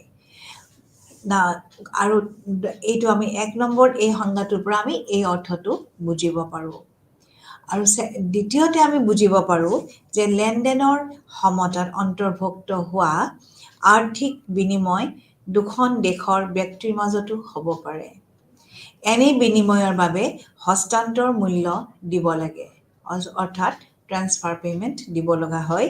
উদাহৰণস্বৰূপে যেতিয়া দেশ A, ধৰি লওক দেশ A আৰু B, দুখন দেশ, A কি কৰিলে, দেশখনে B দেশলৈ দ্ৰব্য ৰপ্তানি কৰে।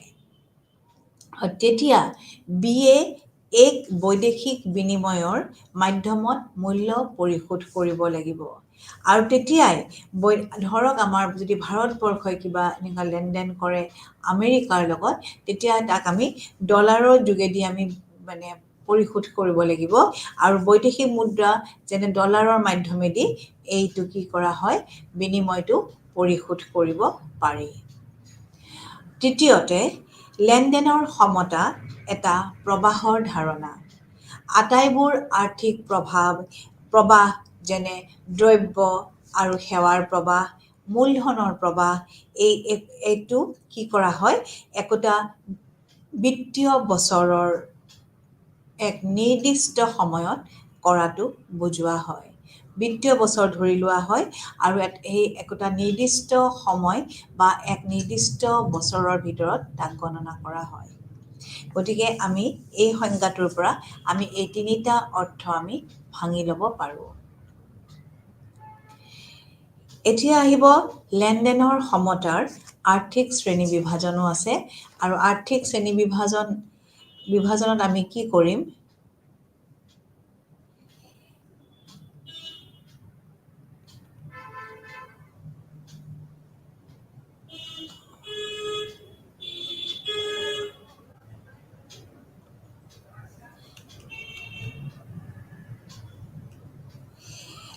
এই আৰ্থিক শ্ৰেণী বিভাজনত আমাৰ কি কি অন্তৰ্ভুক্ত কৰা হয়।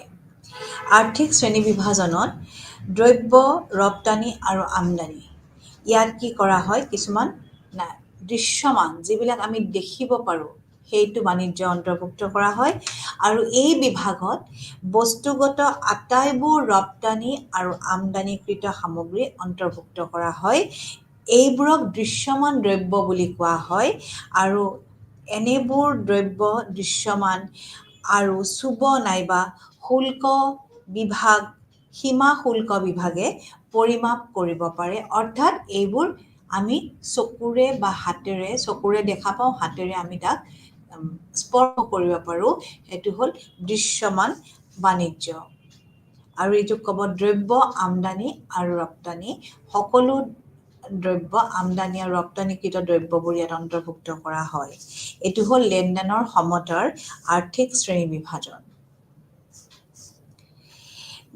তাৰপিছত আহিব অদৃশ্যমান বিষয় কিছুমান আছে। কেনেকুৱা ধৰণৰ, ইয়াত আমি সেৱাক অন্তৰ্ভুক্ত কৰোঁ, বস্তু সামগ্ৰীক অন্তৰ্ভুক্ত নকৰোঁ।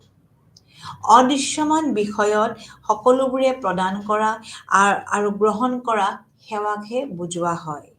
এনে সেৱাসমূহৰ ভিতৰত আমি কি কি অন্তৰ্ভুক্ত কৰোঁ, এনে সেৱাসমূহৰ ভিতৰত থাকিব জাহাজ সেৱা, বেংক, বীমা, পৰ্যটন আদিক ধৰা হয়।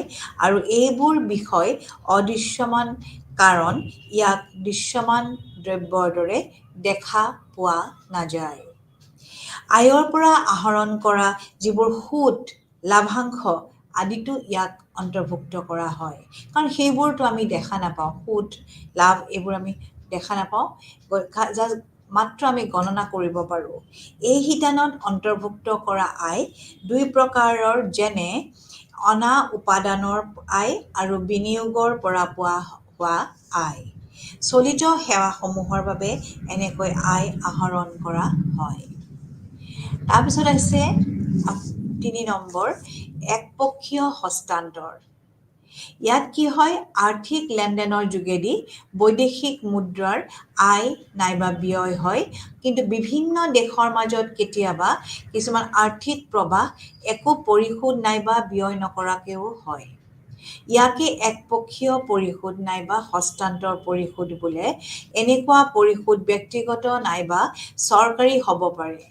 ব্যক্তিগত হস্তান্তৰ বিদেশলৈ উপহাৰ প্ৰদান বা ছাত্ৰবৃত্তি ইত্যাদি ৰূপত হ'ব পাৰে। আনহাতে অনুদান আৰু সাহায্য চৰকাৰী হস্তান্তৰৰ উদাহৰণ। তাৰপিছত আহিব 4 নম্বৰত মূলধন হস্তান্তৰ। মূলধন হস্তান্তৰত কি হয়? মূলধনৰ হস্তান্তৰে মূলধনৰ প্ৰাপ্তি আৰু পৰিশোধক বুজায়। ইয়াৰ অন্তৰ্গত ঋণ গ্ৰহণ, মূলধন পৰিশোধ, সম্পদ বিক্ৰী, সোণৰ মজুত পৰিৱৰ্তন আৰু বিদেশী মুদ্ৰাৰ সংৰক্ষণ পৰিৱৰ্তনক ধৰা হয়। এই আটাইবোৰে বিভিন্ন দেশৰ মাজত হ্ৰস্বকালীন আৰু দীৰ্ঘকালীন মূলধন হস্তান্তৰক বুজায়। উদাহৰণস্বৰূপে, যেতিয়া এখন দেশে অন্য এখন দেশৰ পৰা ঋণ ল'বলৈ ইচ্ছা কৰে, তেতিয়া কোৱা হয় যে দেশখনে মূলধন আমদানি কৰিছে। একেদৰে যেতিয়া এখন দেশে অন্য এখন দেশত বিনিয়োগ কৰিব খোজে, তেতিয়া তাক কি বুলি কোৱা হয়? তেতিয়া তাক কোৱা হয় মূলধনৰ ৰপ্তানি। মূলধনৰ ৰপ্তানি বুলি আখ্যা দিয়া হয়। এতিয়া আমাৰ এই যিটো লেনদেনৰ সমতাৰ আৰ্থিক বিভাজন কেইটা আপোনালোকে নিশ্চয় মনত থাকিব। প্ৰথমটো আছিলে দ্ৰব্য ৰপ্তানি আৰু আমদানি, যিটো দৃশ্যমান বস্তু সামগ্ৰী, দৃশ্যমান বাণিজ্য বুলিও ক'ব পাৰে, আৰু অদৃশ্যমান বিষয়, আৰু এটা হৈছে একপক্ষীয় হস্তান্তৰ, আৰু এটা হৈছে মূলধন হস্তান্তৰ। এইকেইটা হৈছে লেনদেনৰ সমতাৰ আৰ্থিক শ্ৰেণী বিভাজন। এতিয়া আমি এই পৰিশোধৰ যিটো আমাৰ লেনদেনৰ পৰিশোধৰ সমতা, সেই সমতাৰ আমি কেনেকৈ, ইয়াৰ উপাদান কি কি, অৰ্থাৎ ইয়াক আমি কেনেকৈ ইয়াৰ গাঁথনিটো কেনেকুৱা, ষ্ট্ৰাকচাৰটো কেনেকুৱা, সেইটো আমি জানিব লাগিব। এতিয়া এটা জাতি বা এখন দেশৰ আন্তঃৰাষ্ট্ৰীয় বাণিজ্যৰ হিচাপত সংঘটিত হোৱা অৰ্থনৈতিক লেনদেনসমূহৰ সংক্ষিপ্ত ব্যাখ্যাই হৈছে লেনদেনৰ সমতাৰ পৰিশোধৰ সমতা। এইখিনি ইয়ালৈকে আপোনালোকৰ নিশ্চয় ক্লিয়াৰ হৈছে।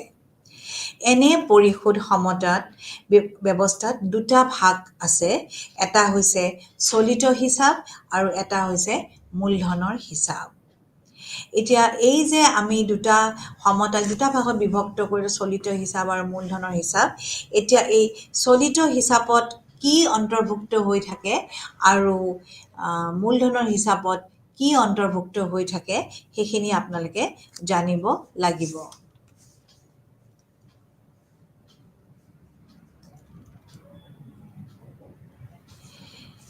এই চলিত হিচাপত কি থাকিব? বাণিজ্যিক হিচাপৰ প্ৰতিটো দফা লেনদেন সমতাৰ চলিত হিচাপত দেখুওৱা হয়। ইয়াত দ্ৰব্য আৰু সেৱাৰ আমদানি আৰু ৰপ্তানি আৰু একপক্ষীয় হস্তান্তৰ অন্তৰ্ভুক্ত হয়। আৰু ইয়াত কি হয়? চলিত হিচাপত আমি ইয়াৰ লেনদেনটো দেখুৱাব পাৰোঁ। আৰু ইয়াত কি হয়? দ্ৰব্য সেৱাৰ আমদানি আৰু ৰপ্তানি, একপক্ষীয় হস্তান্তৰ। মই যিটো আপোনালোকক আগতেই ক'লোঁ যে আৰ্থিক শ্ৰেণী বিভাজন কি কি আছিলে? দৃশ্যমান, অদৃশ্যমান, একপক্ষীয় আৰু মূলধন হস্তান্তৰ। এই চলিত হিচাপৰ যিটো লেনদেনৰ হিচাপ, দ্ৰব্য আৰু সেৱাৰ, সেইটো আমদানি ৰপ্তানিটো একপক্ষীয় হস্তান্তৰ, আমদানি ৰপ্তানি আৰু একপক্ষীয় হস্তান্তৰ অন্তৰ্ভুক্ত হয়। গতিকে ইয়াত তিনিটা বিষয় অন্তৰ্ভুক্ত। এটা হ'ল বাণিজ্যৰ দৃশ্যমান বিষয়, অৰ্থাৎ বস্তু সামগ্ৰী, আৰু এটা হ'ল অদৃশ্যমান, তাৰমানে সেৱা, আৰু নাম্বাৰ 3টো হ'ব একপক্ষীয় হস্তান্তৰ। চলিত হিচাপত সেয়েহে আমদানি আৰু ৰপ্তানি দ্ৰব্য আৰু সেৱাসমূহৰ উপৰিও হস্তান্তৰ আয় অন্তৰ্ভুক্ত হয়। ইয়াত চলিত দ্ৰব্য আৰু সেৱাৰ উৎপাদনহে ধৰা হয়। চলিত হিচাপৰ যে চলি থাকে সেই কাৰেণ্টটো, সেই চলিত হিচাপে আমি ইয়াত কি কৰা হয়? অন্তৰ্ভুক্ত কৰা হয়। আৰু চলিত হিচাপৰ লেনদেনক প্ৰকৃত লেনদেনৰ হিচাপো বোলা হয়। কাৰণ এই আটাইবোৰ বিষয়ে প্ৰকৃততে লেনদেন হোৱা। চলিত বিষয়ক আমি প্ৰকৃত লেনদেন হিচাপ বুলিও আখ্যা দিব পাৰোঁ, কাৰণ এই আটাইবোৰ বিষয়ে প্ৰকৃততে লেনদেন হোৱা। এতিয়া চলিত যিটো হিচাপ, বা চলিত একাউণ্ট, তাত আপোনালোকৰ কি কি বস্তু অন্তৰ্ভুক্ত হ'ব? তাত অন্তৰ্ভুক্ত হোৱা নাম্বাৰ 1, প্ৰথমতে আমি অন্তৰ্ভুক্ত কৰিম দৃশ্যমান আমদানি আৰু ৰপ্তানি। দৃশ্যমান আমদানি ৰপ্তানিৰ ভিতৰত আপোনালোকৰ ব্যক্তিগত চৰকাৰী দুটাই পৰিব। চলিত হিচাপ আটাইবোৰ দৃশ্যমান আমদানি ৰপ্তানি দ্ৰব্যক লৈ গঠিত হয়। এনে দ্ৰব্যবোৰৰ হিচাপ বন্দৰবিলাকত থাকে আৰু আমদানি আৰু ৰপ্তানি দ্ৰব্যৰ সমতাক বাণিজ্য সমতা বোলা হয়। যদি আমদানিতকৈ ৰপ্তানি দ্ৰব্যৰ পৰিমাণ অধিক হয় তেন্তে বাণিজ্যিক সমতাৰ হিচাপত কি থাকে উদ্ধৃত হয়। তাৰমানে আমদানি কৈ ৰপ্তানি বেছি হৈছে তেতিয়া তাত ৰখি যায় উদ্ধৃত হয়। ইয়াৰ বিপৰীতে যদি আমদানি দ্ৰব্যৰ পৰিমাণ ৰপ্তানিতকৈ অধিক হয় তেতিয়া তাত কি হয় বাণিজ্যৰ সমতাৰ হিচাপত ঘাটি হয়। গতিকে বাণিজ্যক হিচাপকে বস্তুগত দ্ৰব্যৰ হিচাপ বোলা হয়। গতিকে ইয়াত কি বুলি কোৱা হয় এই যিটো হিচাপ আমদানি ৰপ্তানি যিটো হিচাপ এইটোকে কোৱা হয় বস্তুগত দ্ৰব্যৰ হিচাপ। তাৰপিছত আহিব অদৃশ্যমান বিষয়। অদৃশ্যমান বিষয় মানেতো আপোনালোকক আগতেই মই ক'লো সেইটো হ'ল সেৱা বা অনাবশ্যয়িক দ্ৰব্য। ইয়াত কি হয় চলিত হিচাপত অদৃশ্য বাণিজ্যৰ সেৱাসমূহকো অন্তৰ্ভুক্ত কৰা হয়। সেৱাসমূহ কেতিয়াও দৃশ্যমান নহয় আৰু সেৱাসমূহৰ পৰা হোৱা উপাদানৰ আয় যেনে সুদ লাভাংশ ইত্যাদি আৰু আন উপাদানৰ আয় যেনে জাহাজ সেৱা বেংক বীমা পৰ্যটন ছফ্টৱেৰ সেৱা ইত্যাদি ইয়াত সামৰি লোৱা হয়। ক'ত লোৱা হয় অদৃশ্যমান বিষয়ত। আমদানি আৰু ৰপ্তানি সেৱাৰ হিচাপত হোৱা সমতাক অদৃশ্যমান বাণিজ্যৰ সমতা বোলা হয়। আৰু বাণিজ্য হিচাপৰ দৰে যদি ৰপ্তানি আৰু সেৱাৰ পৰা আমদানি সেৱাতকৈ অধিক হয় তেতিয়া ইয়াক কোৱা হয় অদৃশ্যমান সমতা বাণিজ্যৰ সমতা উদ্ধৃত অদৃশ্যমান সমতা। আৰু যদি ওলোটা ফালে যদি আপোনালোকে চাই আমদানি যদি ৰপ্তানি সেৱাতকৈ অধিক হয় তেতিয়া তাক কোৱা হ'ব অদৃশ্যমান ঘাটি লেনদেনৰ সমতা। অদৃশ্যমান হিচাপকে সেৱা হিচাপ বুলি কোৱা হয়। তাৰপিছত আহিব একপক্ষীয় হস্তান্তৰ। একপক্ষীয় হস্তান্তৰ কি যে প্ৰতিদান আগতে আপোনালোকক এই বিষয়ে মই ক'লো একপক্ষীয় হস্তান্তৰ তাৰমানে প্ৰতিদানহীন আয় যাৰ পৰা আমি প্ৰতিদান নাপাওঁ নাইবা আয় নাইবা ব্যয়কে কি বুলি কোৱা হয় একপক্ষীয় হস্তান্তৰ বুলি কোৱা হয়। আনহাতে আমি এনেকেও ক'ব পাৰোঁ যে এনে আয় নাইবা ব্যয়ৰ বিনিময়ত কোনো দ্ৰব্য বা সেৱা আগবঢ়োৱা নহয়। সেয়েহে এনে হস্তান্তৰ বাণিজ্যিক নহয়। এনে হস্তান্তৰসমূহ চৰকাৰী নাইবা বেচৰকাৰী হ'ব পাৰে। বিদেশৰ পৰা পোৱা উপহাৰ প্ৰৱাসী লোকে পৰিয়াললৈ পঠোৱা অৰ্থ আদি একপক্ষীয় প্ৰতিদানহীন হস্তান্তৰ। ইয়াত আপোনালোকে এই উপহাৰ বা কোনোবা মৰমতে যদি পৰিয়াললৈকে অৰ্থ পঠায় এইবোৰ অন্তৰ্ভুক্ত কৰিব পাৰে। এতিয়া আমি এই তিনিবিধ যিটো আছে চলিত হিচাপত বাণিজ্যিক সমতা দৃশ্যমান বাণিজ্যিক সমতা অদৃশ্যমান বাণিজ্যিক সমতা আৰু একপক্ষীয় হস্তান্তৰ এইবোৰ যদি আমি যোগ কৰোঁ তেতিয়া আমি বাণিজ্যিক সমতাৰ চলিত হিচাপ পাই যাম। আৰু এই চলিত হিচাপত কি হ'ব ৰাহি হ'ব যদিহে দ্ৰব্য আৰু সেৱা আৰু একপক্ষীয় হস্তান্তৰ ৰপ্তানি আয় আমদানিতকৈ অধিক হয়। ইয়াৰ বিপৰীতে আমদানিৰ বাবে পৰিশোধ অধিক হ'লে কি হ'ব তেতিয়া চলিত হিচাপত ঘাটিয়ে দেখা দিব। এতিয়া ঘাটি কেতিয়া হয় আৰু উদ্ধৃত কেতিয়া হয় অৰ্থাৎ ৰাহি কেতিয়া হয় নিশ্চয় আপোনালোকৰ এইখিনি ক্লিয়াৰ হৈছে আপোনালোকে বুজিব পাৰিছে। এতিয়া আমি চলিত হিচাপটো ক'লো এতিয়া আমি ক'ব লাগিব মূলধনী হিচাপ কি। মূলধনী হিচাপ লেনদেনৰ যিটো সমতাৰ মূলধনী হিচাপত দেশ বিদেশৰ মাজত বিনিময়ৰ ফলত হোৱা যিটো দেনা পাওনাৰ হিচাপ ইয়াত ৰখা হয়। ইয়াত অন্তৰ্গত সকলো ধৰণৰ হ্ৰস্ব আৰু দীৰ্ঘকালীন আন্তঃৰাষ্ট্ৰীয় মূলধনৰ হস্তান্তৰ সোণ আৰু অন্যান্য সম্পদৰ ক্ৰয় বিক্ৰয় অন্তৰ্ভুক্ত। এই হিচাপত ঋণ পৰিশোধ আৰু প্ৰাপ্তিও ধৰা হয়। মূলধনী হিচাপৰ অন্তৰ্ভুক্ত প্ৰধান বিষয়সমূহ আমি এতিয়া আলোচনা কৰিম। 1 নম্বৰ হৈছে প্ৰথমতে আমি ক'ব পাৰোঁ প্ৰত্যক্ষ বিনিয়োগ। আৰু প্ৰত্যক্ষ বিনিয়োগ মানে কি? প্ৰত্যক্ষ বিনিয়োগৰ অৰ্থ হৈছে অন্য দেশত ক্ৰয় কৰা সম্পদ আৰু তাৰ পৰা আহৰণ কৰা নিয়ন্ত্ৰণ। অন্য দেশত এখন প্ৰতিষ্ঠানে ক্ৰয় কৰা নাইবা বিদেশত এটা ঘৰ কিনা প্ৰত্যক্ষ বিনিয়োগৰ উদাহৰণ। আৰু এটা আমি অন্তৰ্ভুক্ত কৰিব লাগিব ইয়াত মূলধনী হিচাপত পৰ্টফলিঅ' বিনিয়োগ। পৰ্টফলিঅ' বিনিয়োগ কি? পৰ্টফলিঅ' বিনিয়োগ হৈছে অন্য এক প্ৰকাৰৰ বিনিয়োগ প্ৰক্ৰিয়া য'ত এখন দেশৰ এটা প্ৰতিষ্ঠান নাইবা কোম্পানীয়ে বিদেশী কোম্পানীৰ অংশপত্ৰ ক্ৰয় কৰে নাইবা বিদেশী চৰকাৰে বিক্ৰী কৰা বণ্ড তেওঁলোকে ক্ৰয় কৰে। আৰু এই ধৰণৰ বিনিয়োগৰ ক্ষেত্ৰত কি হয়? প্ৰতিষ্ঠান এটাৰ সম্পদৰ ওপৰত নিয়ন্ত্ৰণ নাথাকে। তাৰপিছত আহিব ঋণ। ঋণ ইয়াত যিবিলাক অন্তৰ্গত ব্যৱসায়িক ঋণ গ্ৰহণ আৰু বৈদেশিক সাহায্যক ধৰা হয়। ব্যৱসায়িক যিবোৰ ঋণ গ্ৰহণে এখন দেশৰ চৰকাৰ নাইবা বেচৰকাৰী খণ্ডই আন্তঃৰাষ্ট্ৰীয় মুদ্ৰা বজাৰৰ পৰা ঋণ লোৱাটো বুজায়। বজাৰ নিৰ্ধাৰিত সূতত এনে ঋণ পাব পাৰি। অন্যহাতে বিদেশী সাহায্যই এখন দেশে লাভ কৰা ৰেহাই হাৰৰ ঋণকো ইয়াত বুজায়। বেংকৰ যোগেদি মূলধনৰ লেনদেন। এই ব্যৱস্থাই বাণিজ্যিক আৰু সমবায় বেংকৰ বৈদেশিক বিত্তীয় দেনা পাওনাৰ লেনদেনক বুজায়। আৰু এনে লেনদেন কি হয়? প্ৰৱাসীসকলৰ বিনিয়োগকো বুজায়। গতিকে মূলধনৰ হিচাপৰ শুদ্ধ সমতাই এখন দেশৰ সামগ্ৰিক লেনদেনৰ সমতাৰ সৃষ্টি বুজায়।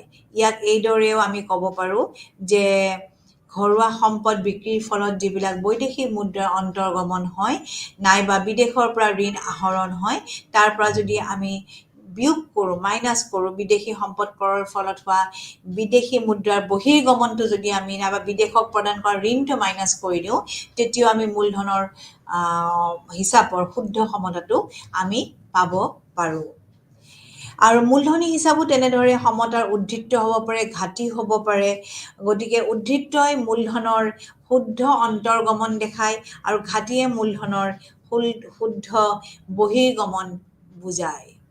গতিকে আপোনালোকে নিশ্চয় গম পাইছে যেতিয়া টকাটো বাহিৰলৈ ওলাই যাব তেতিয়া ঘাটি হ'ব, আৰু যদি ভিতৰত অন্তৰ্গমন হয় নিজৰ দেশলৈকে আহে তেতিয়া সেইটোক ক'ব উদ্ধৃত্ত বা ৰাহি। গতিকে আমি ক'ব পাৰোঁ যে লেনদেনৰ যিটো সমতাৰ চলিত হিচাপত দ্ৰব্য আৰু সেৱাসমূহৰ দেনা পাওনাকে ধৰি পূৰ্বৰ ঋণৰ সুতো ধৰা হয়। মূলধনী হিচাপত অন্যহাতে নতুন বা পুৰণি ঋণৰ বাবদ পৰিশোধ নাইবা প্ৰাপ্তি অন্তৰ্ভুক্ত হয়। কিন্তু এটা খুব অৰ্থপূৰ্ণ বা খুব ইম্পৰ্টেণ্ট কথা এইটো যে যিকোনো লেনদেনৰ ফলস্বৰূপে বিদেশত দিবলগীয়া হ'লে তাক দেনা হিচাপে ঋণাত্মক চিহ্নেৰে অন্তৰ্ভুক্ত কৰা হয়। আৰু কিন্তু বিদেশৰ পৰা যদি লেনদেনৰ জৰিয়তে যদি আমি আহৰণ কৰিব পাৰোঁ সেইটোক কি বোলে? পাওনা হিচাপে তাক যোগাত্মক প্লাছ চিহ্নৰে আমি হিচাপত অন্তৰ্ভুক্ত কৰিব পাৰোঁ। গতিকে আপোনালোকে গমেই পাইছে দেনা আৰু পাওনা। দেনাটোত আমি মাইনাছ চিহ্নেদি যিখিনি আমি বিদেশক দিম সেইটো দেনাত আমি মাইনাছ চিহ্নেদি দেখুৱাম, আৰু যিটো পাওনা আমি বেলেগৰ পৰা পাম সেইটোক অৰ্থাৎ আমাৰ বিদেশী মুদ্ৰা যেতিয়া আমাৰ ইয়াত অন্তৰ্ভুক্ত হয় তেতিয়া আমি সেইটোক কি বুলি কয়? অন্তৰ্গমন হয়, সেইটোক কয় পাওনা, আৰু সেইটোক আমি যোগাত্মক অৰ্থাৎ প্লাছেদি আমি দেখুৱাম। গতিকে সকলো আমদানি দ্ৰব্য আৰু সেৱা একপক্ষীয় হস্তান্তৰ পৰিশোধ আৰু মূলধনৰ বহিৰ্গমন আদি ঋণাত্মক বিষয়, এইবোৰ দেনাত পৰে। আৰু আটাইবোৰ ৰপ্তানি দ্ৰব্য আৰু সেৱা একপক্ষীয় হস্তান্তৰ প্ৰাপ্তি আৰু মূলধনৰ অন্তৰ্গমন আদি যোগাত্মক পাওনা হিচাপে নথিভুক্ত বা অন্তৰ্ভুক্ত হয়। গতিকে আপোনালোকে এইখিনিতো বুজি পালে মূলধনী হিচাপ আৰু চলিত হিচাপ আৰু মূলধনী হিচাপ।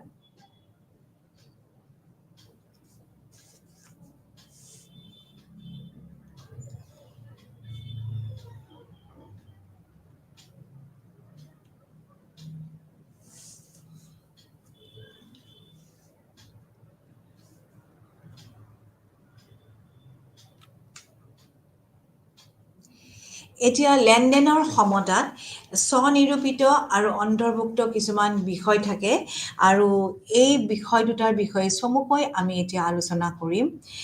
লেনদেনৰ সমতাৰ হিচাপত দুটা বিষয় সদায় স্থান পায়। এটা হৈছে স্বয়ংক্ৰিয় বিষয় আৰু এটা হৈছে অন্তৰ্ভুক্ত বিষয়। এতিয়া স্বয়ংক্ৰিয় বিষয় কি আৰু অন্তৰ্ভুক্ত বিষয় কি এই বিষয়ে আমি আলোচনা কৰিম। আন্তঃৰাষ্ট্ৰীয় আৰ্থিক লেনদেনৰ ক্ষেত্ৰত উদ্ভৱ হোৱা সৰ্বাধিক লাভ, সুতৰ যোগেদি হোৱা আয় আদিক স্বয়ংক্ৰিয় বিষয় বোলে। উদাহৰণস্বৰূপে যদি কোনো বহুৰাষ্ট্ৰীয় কোম্পানীয়ে ভাৰতত বিনিয়োগ কৰে তেন্তে তাৰ উদ্দেশ্য হ'ব কি উদ্দেশ্য হ'ব সৰ্বাধিক লাভ অৰ্জন কৰা আৰু এনেধৰণৰ লেনদেনবোৰ দেশ এখনৰ লেনদেনৰ সমতা ব্যৱস্থাৰ ওপৰত নিৰ্ভৰশীল নহয়। এনেবোৰ বিষয়ক সেয়েহে সীমাৰ ঊৰ্ধ্বৰ বিষয় হিচাপে অভিহিত কৰা হয়। আৰু যদি স্বনিৰূপিত প্ৰাপ্তি পৰিশোধতকৈ অধিক হয় তেন্তে ঘৰুৱা দেশখনৰ বিদেশৰ ওপৰত শুদ্ধ প্ৰাপ্তিৰ দাবী থাকিব। ইয়াৰ বিপৰীতে যদি স্বনিৰূপিত প্ৰাপ্তি পৰিশোধতকৈ কম হয় তেতিয়া বিদেশী ৰাষ্ট্ৰ এখনৰ ঘৰুৱা দেশৰ ওপৰত শুদ্ধ প্ৰাপ্তিৰ দাবী থাকিব। ইয়াৰ প্ৰতিটো ক্ষেত্ৰতে লেনদেনৰ যিটো ভাৰসাম্যহীনতাটো দেখা পোৱা যাব। আৰু যিটো প্ৰণোদিত বিষয়সমূহে সীমাৰ অনুৰ্ধৰ যিটো বিষয় লেনদেন সমতাৰ তেনেবোৰ বিষয়ক বুজা যায় যিবোৰ লেনদেনৰ সমতা স্থাপনৰ বাবে যথেষ্ট আৱশ্যকীয়। আন্তঃৰাষ্ট্ৰীয় আৰ্থিক নীতি অনুসৰি চৰকাৰ আৰু কেন্দ্ৰীয় বেংকে সংৰক্ষিত যিটো লেনদেনক পৰিমাণ হিচাপ কৰি উলিয়ায় আৰু এনেকুৱা লেনদেনৰ প্ৰণোদিত বিষয়ৰ লেনদেন বোলে। উদাহৰণস্বৰূপে যদি লেনদেনৰ সমতাৰ চলিত হিচাপত ঘাটিয়ে দেখা দিয়ে তেন্তে বিদেশী মূলধনৰ অন্তৰ্গমনেৰে এই ঘাটি পূৰণ কৰিব পৰা যায়। একেদৰে চলিত হিচাপৰ ৰাহি মূলধনী হিচাপৰ ঘাটিত নোহোৱাও কৰিব পৰা যায়। গতিকে এই স্বনিৰূপিত আৰু অন্তৰ্ভুক্ত বিষয়সমূহ লেনদেনৰ সমতাত আমি এনেদৰে আলোচনা কৰিব পাৰোঁ।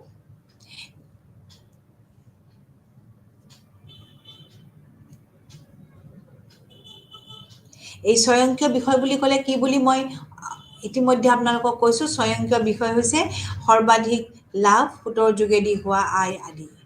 এইখিনি আপোনালোকৰ নিশ্চয় মনত থাকিব। এতিয়া আমি যিটো চলিত হিচাপ আৰু মূলধনী হিচাপ আমি পঢ়িলোঁ তাৰ কিছুমান পাৰ্থক্যও আছে। তাৰ পাৰ্থক্যবিলাক কেনেকুৱা যে চলিত হিচাপত দ্ৰব্য আৰু সেৱা বিনিময়ৰ লগত জড়িত আৰ্থিক লেনদেন আৰু একপক্ষীয় হস্তান্তৰ নথিভুক্ত কৰা হয়। ইয়াত আৰ্থিক লেনদেন আৰু একপক্ষীয় হস্তান্তৰটো আমি তাত অন্তৰ্ভুক্ত কৰোঁ। কিন্তু মূলধনী হিচাপত কি হয় মূলধনৰ লেনদেন যেনে ঋণ আহৰণ আৰু ঋণ প্ৰদান, সম্পদৰ ক্ৰয় বিক্ৰয় আৰু সোণ আৰু বিদেশী মুদ্ৰাৰ মজুত পৰিৱৰ্তন ইত্যাদিহে অন্তৰ্ভুক্ত কৰা হয়। চলিত হিচাপৰ লেনদেনবোৰ প্ৰবাহৰ দৰে কিন্তু মূলধনী হিচাপৰ যিবোৰ লেনদেন সেইবোৰ মজুত প্ৰকৃতিৰ হয়, প্ৰবাহ নহয়, তাৰমানে চলি নাথাকে। চলিত হিচাপৰ লেনদেন দেশৰ চলিত আয় স্তৰৰ পৰিৱৰ্তন সূচায় কিন্তু মূলধনী লেনদেন দেশ এখনৰ মূলধনৰ মজুতলৈ পৰিৱৰ্তন আনে। কিন্তু এটা কথা আপোনালোকে মনত ৰাখিব যে চলিত হিচাপ আৰু মূলধনী হিচাপ দুয়োটাৰে কিন্তু নিজস্ব গুৰুত্ব আছে।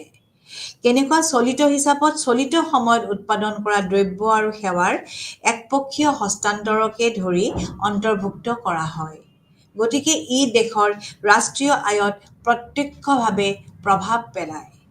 অন্য কথাত ক'বলৈ গ'লে চলিত হিচাপত আহৰণ যিটো কৰা আয়ে দেশৰ আয়ৰ প্ৰৱাহ বৃদ্ধি কৰে। আনহাতে মূলধনী হিচাপত কি হয় মূলধনী হিচাপত অন্তৰ্ভুক্ত যিটো ঋণ আৰু ঋণৰ দাবীয়ে প্ৰত্যক্ষভাৱে ৰাষ্ট্ৰীয় আয়ৰ ওপৰত প্ৰভাৱ নেপেলায়, ই কেৱল দেশৰ দেনা আৰু পাওনাহে প্ৰভাৱিত কৰে। এইখিনি হ'ল এই চলিত হিচাপ আৰু মূলধনী হিচাপৰ পাৰ্থক্য। ইয়াৰ অৰ্থ, ইয়াৰ পাৰ্থক্য গোটেইখিনি মই বহলভাৱে আপোনালোকৰ লগত আলোচনা কৰিছোঁ। এতিয়া আমাৰ লেনদেনৰ সমতাৰ যিটো হিচাপৰ সমানতা বুলিলে আমি কি বুজিম, যে এখন বিদেশৰ সৈতে দেনা পাওনাৰ সমতাক বুজায়। কিন্তু লেনদেনৰ ভাৰসাম্যতা হৈছে সামগ্ৰিক স্বনিৰূপিত আয় আৰু স্বনিৰূপিত পৰিশোধৰ সমতা। লেনদেনৰ সমতা হিচাপৰ সমতা কোনো আৰ্থিক তাৎপৰ্য নাই, কিন্তু যিটো লেনদেনৰ ভাৰসাম্যতাই দেশ এখনৰ আৰ্থিক স্থিৰতাৰ আভাস দিয়ে। এতিয়া হিচাপ কৰিলে নহ'ব, লেনদেনৰ সমতা এটা ভাৰসাম্যতা থাকিব লাগিব। আৰু যেতিয়াই ভাৰসাম্যতা থাকিব, তেতিয়া দেশ এখনৰ যিটো আৰ্থিক স্থিৰতা, সেই স্থিৰতাৰ এটা ছবি আমি দেখা পাওঁ। এতিয়া লেনদেনৰ সমতাৰ দুটা পাৰ্ট থাকে, মই আপোনালোকক কৈছিলোঁ, এটা হ'ল পাওনা আৰু এটা হ'ল দেনা। দেনা পাওনাত আমাৰ কি থাকিব, দেনা হ'লে মাইনাছ, পাওনা হ'লে প্লাছ, দুটা চিন দিব লাগিব। দেনাত আমদানি সেৱা, আমদানি দ্ৰব্য, পাওনাত ৰপ্তানি দ্ৰব্য, ৰপ্তানি সেৱা। তাৰপিছত থাকিব একপক্ষীয় হস্তান্তৰৰ হিচাপ। একপক্ষীয় হস্তান্তৰৰ হিচাপত দেনাত থাকিব বিদেশলৈ একপক্ষীয় হস্তান্তৰ আৰু পাওনাত থাকিব বিদেশৰ পৰা পোৱা একপক্ষীয় হস্তান্তৰ। এতিয়া দীৰ্ঘকালীন মূলধনী হিচাপ, তাতেও কি থাকিব, 1 নম্বৰত স্বদেশী লোক আৰু চৰকাৰৰ দীৰ্ঘকালীন বিদেশী সম্পদ বৃদ্ধি, আৰু 2 নম্বৰ প্ৰবাসী লোক আৰু বিদেশী চৰকাৰৰ দীৰ্ঘকালীন সম্পদ হ্ৰাস। আৰু ইফালে পাওনাত থাকিব স্বদেশী লোক আৰু চৰকাৰৰ দীৰ্ঘকালীন সম্পদ হ্ৰাস, আৰু 2 নম্বৰত থাকিব প্ৰবাসী লোক আৰু চৰকাৰৰ দীৰ্ঘকালীন ঘৰুৱা সম্পদ বৃদ্ধি। তাৰমানে দেনাত হ্ৰাস পায় আৰু পাওনাত বৃদ্ধি পায়, এইটো আপোনালোকে মনত ৰাখিব। 4 নম্বৰত আছে হ্ৰস্বকালীন ব্যক্তিগত মূলধনী হিচাপ। হ্ৰস্বকালীন ব্যক্তিগত মূলধনী হিচাপৰ দেনাত কি থাকিব, স্বদেশী ব্যক্তিগত নাগৰিকৰ হ্ৰস্বকালীন বিদেশী সম্পদ বৃদ্ধি আৰু প্ৰবাসী লোকৰ হ্ৰস্বকালীন ঘৰুৱা সম্পদ হ্ৰাস। স্বদেশী ব্যক্তিগত নাগৰিকৰ হ্ৰস্বকালীন বিদেশী সম্পদ বৃদ্ধি হয় আৰু যিটো প্ৰবাসী লোক, তেওঁলোকৰ হ্ৰস্বকালীন ঘৰুৱা সম্পদ হ্ৰাস পায় দেনাৰ ক্ষেত্ৰত। আৰু পাওনাৰ ক্ষেত্ৰত কি হ'ব, ব্যক্তিগত নাগৰিকৰ হ্ৰস্বকালীন বিদেশী সম্পদ হ্ৰাস হ'ব আৰু বিদেশী নাগৰিকৰ হ্ৰস্বকালীন ঘৰুৱা সম্পদ বৃদ্ধি হ'ব। এতিয়া আহিব 5 নম্বৰ অতি হ্ৰস্বকালীন আনুষ্ঠানিক মূলধনী হিচাপ। ইয়াত দেনাৰ ক্ষেত্ৰত কি আহিব, স্বদেশী চৰকাৰৰ হ্ৰস্বকালীন বিদেশী সম্পদ বৃদ্ধি, আৰু এটা হ'ব বিদেশী চৰকাৰৰ হ্ৰস্বকালীন সম্পদ হ্ৰাস। এইটো আহিব দেনাত। কি আহিব, স্বদেশী চৰকাৰৰ হ্ৰস্বকালীন, নিজৰ দেশৰ চৰকাৰৰ কাৰণে হ্ৰস্বকালীন বিদেশী সম্পদ বৃদ্ধি হ'ব, আৰু হ্ৰাস কোনটো হ'ব, বিদেশী চৰকাৰী হ্ৰস্বকালীন সম্পদ হ্ৰাস হ'ব।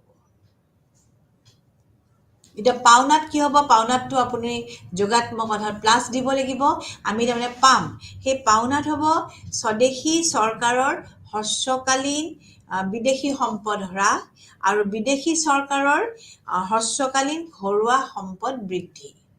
এইখিনি হ'ব পাওনাত। গতিকে এই লেনদেনৰ হিচাপৰ দেনা আৰু পাওনাৰ শ্ৰেণীকৰণটো মই মুখেৰে কৈ দিছোঁ, কাৰণ যিহেতু এইটো PPT অসমীয়াত বনোৱাটো অকণমান কঠিন হয়, সেইটো কাৰণে মই মুখেৰে এইটো কৈ দিছোঁ, বুজাই দিছোঁ। এতিয়া আমাৰ আহিব যে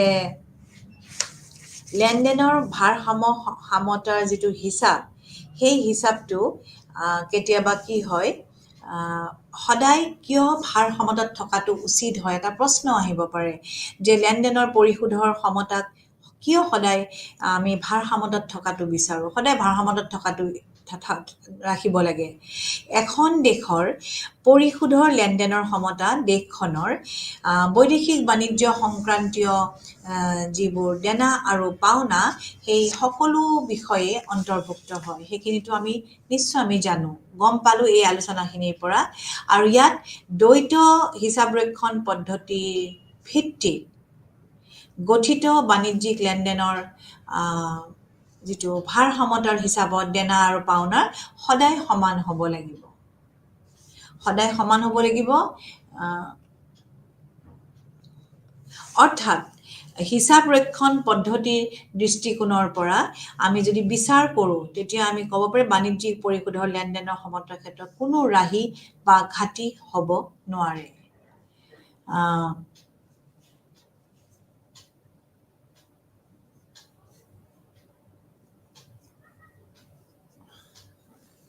এনে হিচাপত পাওনাৰ শিতানটোত দেশখনে এক নিৰ্দিষ্ট সময়ত বিভিন্ন উৎসৰ পৰা উপাৰ্জন কৰা বৈদেশিক মুদ্ৰাৰ হিচাপ আৰু দেনাৰ শিতানটোত উক্ত সময়ছোৱাত দেশখনে বৈদেশিক মুদ্ৰাৰ ভাণ্ডাৰৰ পৰা বিভিন্ন দেনা পৰিশোধৰ বিষয়সমূহ অন্তৰ্ভুক্ত হয়।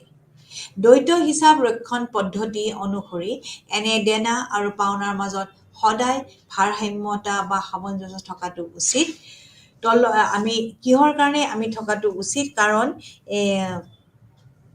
দেনা আৰু পাওনাৰ মুঠ পৰিমাণ সমান হ'ব লাগিব, অৰ্থাৎ চলিত যিটো ৰাহি হিচাপৰ ৰাহি মূলধনৰ হিচাপৰ ঘাটিৰ সমান হ'ব লাগিব।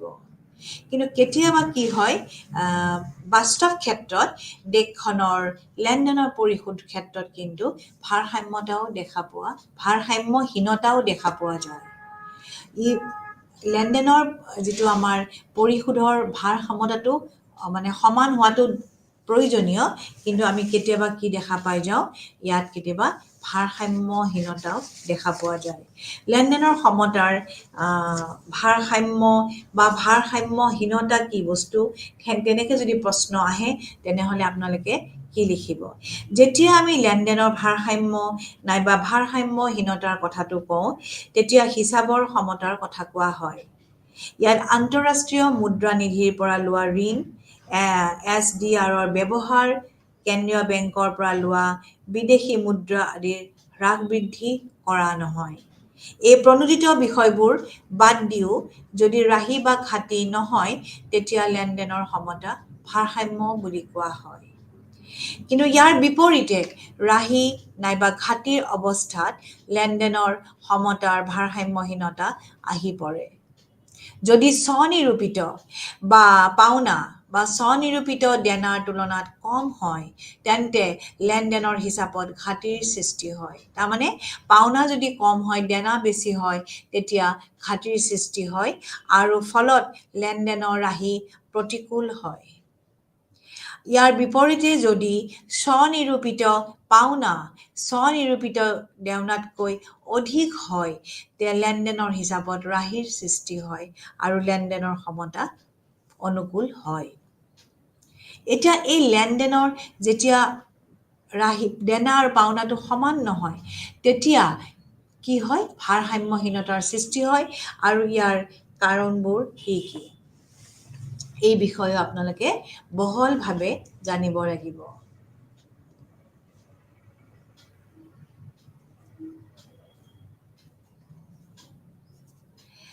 আৰু মনত ৰাখিব, যেতিয়া এখন দেশৰ দেনাতকৈ পাওনাৰ পৰিমাণ অধিক হয়, তেতিয়া লেনদেনৰ পৰিশোধৰ ভাৰসাম্যহীনতা দেশখনৰ অনুকূলে যায়। কাৰণ এই ক্ষেত্ৰত দেশখনে বৈদেশিক বাণিজ্যৰ পৰা ৰাহি উপাৰ্জন কৰিবলৈ সক্ষম হয়। ৰাহি হ'লে দেশখনে বৈদেশিক মুদ্ৰা অৰ্জন কৰিব পাৰে আৰু সেইটো এটা দেশখনৰ কাৰণে যথেষ্ট অনুকূল পৰিৱেশ হৈ থাকে। অন্যহাতেদি যেতিয়া দেশখনৰ বৈদেশিক বাণিজ্যৰ পাওনাতকৈ দেনাৰ পৰিমাণ অধিক হয়, তেতিয়া উক্ত ভাৰসাম্যহীনতা দেশখনৰ প্ৰতিকূলে যায়। তেনে ভাৰসাম্যহীনতাই লেনদেন পৰিশোধৰ ঘাটি নামেৰেও পৰিচিত। লেনদেন পৰিশোধৰ ভাৰসাম্যতা এখন দেশৰ অনুকূলে গৈছে নে প্ৰতিকূলে গৈছে, সেই বিষয়ে দেশখনৰ জনসাধাৰণে বিদেশৰ পৰা আহৰণ কৰা উপাৰ্জন আৰু বিদেশক দিবলগীয়া দেনাৰ তুলনামূলক বিচাৰৰ মাধ্যমত নিৰ্ধাৰণ কৰা হয়। এটা সমীকৰণ আমি ব্যৱহাৰ কৰিব পাৰোঁ, সেইটো হৈছে বি মানে পৰিশোধৰ লেনদেনৰ ভাৰসমতা ইকুৱেল চাইন সমান চিন দি আৰ মাইনাছ পি। আৰ মানে কি হ'ব? ৰপ্তানি মানে আমি যিটো বিদেশৰ পৰা আহৰণ কৰা উপাৰ্জনটোক কয় আৰ। আৰু যিটো পি মাইনাছ পিটো হৈছে বিদেশক পৰিশোধ কৰা দেওনা, আৰ মাইনাছ পি। আৰটো কি? বিদেশৰ পৰা আহৰণ কৰা উপাৰ্জন আৰু পিটো হ'ল বিদেশীক পৰিশোধ কৰাৰ দেনা। এইটো যেতিয়া আমি মাইনাছ কৰি দিম তেতিয়া আমি এই লেনদেনৰ পৰিশোধৰ ভাৰসমতাটো আমি গণনা কৰিব পাৰিম। গতিকে এইটো যেতিয়া আৰ আৰু পি সমান হয়, অৰ্থাৎ দেনা আৰু পাওনা সমান হয়, তেতিয়াই বৈদেশিক বাণিজ্য পৰিশোধৰ লেনদেনৰ ক্ষমতাত ভাৰসমতাৰ সৃষ্টি হ'ব। আৰু এই ক্ষেত্ৰত যদি বি মানে পৰিশোধৰ লেনদেনৰ ভাৰসমতাটো যদি শূন্য হ'ব। কাৰণ কিয়? ইয়াত আৰ আৰু পি সমান হৈছে, দেনা আৰু পাওনা সমান হৈছে বুলি আমি সংক্ষেপতে মনত ৰাখিবলগীয়াকৈ আমি এনেকৈ পঢ়িব পাৰোঁ। তেতিয়া বিটো 0 হ'ব, শূন্য হ'ব। আৰু যদি আৰটো অৰ্থাৎ দেনাটো যদি মানে আমি পাওনাটো যদি ডাঙৰ হৈ থাকে, গ্ৰেটাৰ দেন পি, তেতিয়া কি হ'ব? ভাৰসাম্যহীনতাৰ সৃষ্টি হয় আৰু তেতিয়া দেশখন ভাৰসাম্যহীনতাটো অনুকূলে যায়, ভাল। আৰু যদি আৰটো সৰু হয়, পিটো ডাঙৰ হয়, তেতিয়া কিন্তু লেনদেনৰ ভাৰসমতাটো দেশখনৰ প্ৰতিকূলে যায় আৰু তেতিয়া ঘাটিৰ সৃষ্টি হয়। ক'ত ঘাটি? বৈদেশিক বাণিজ্যত ঘাটিৰ সৃষ্টি হয়। গতিকে এইখিনি হ'ল আমাৰ অৰ্থ। আমি ইয়াক কেনেকৈ পৰিশোধৰ এই যিটো বেলেঞ্চ অফ পে'মেণ্টছ, আমি কেনেকৈ ইয়াক আমি মানে গণনা কৰিব পাৰোঁ, আমাৰ ইয়াত কি কি কম্পনেণ্ট থাকে, কেনেকৈ আমাৰ এইটো সন্তুলিত বিঅ'পি বা অতিৰিক্ত বা ডেফিচিট বা এনেকুৱা ধৰণৰ সকলো অৰ্থ এই মই আপোনালোকক বুজাই দিলোঁ। এতিয়া মই কৈ আছোঁ যে ভাৰসাম্যহীনতা এই শব্দটো মই কৈ আছোঁ। এই ভাৰসাম্যহীনতা মানে কি? এবাৰ দেনাতকৈ পাওনা কম হ'ব, এবাৰ পাওনা বেছি হ'ব, দেনা কম হ'ব। এইবিলাক ভাৰসাম্যহীন অৱস্থা। আৰু এই ভাৰসাম্যহীন অৱস্থাৰ প্ৰকাৰ কি মানে কিমানটা টাইপ আমি দেখিবলৈ পাওঁ।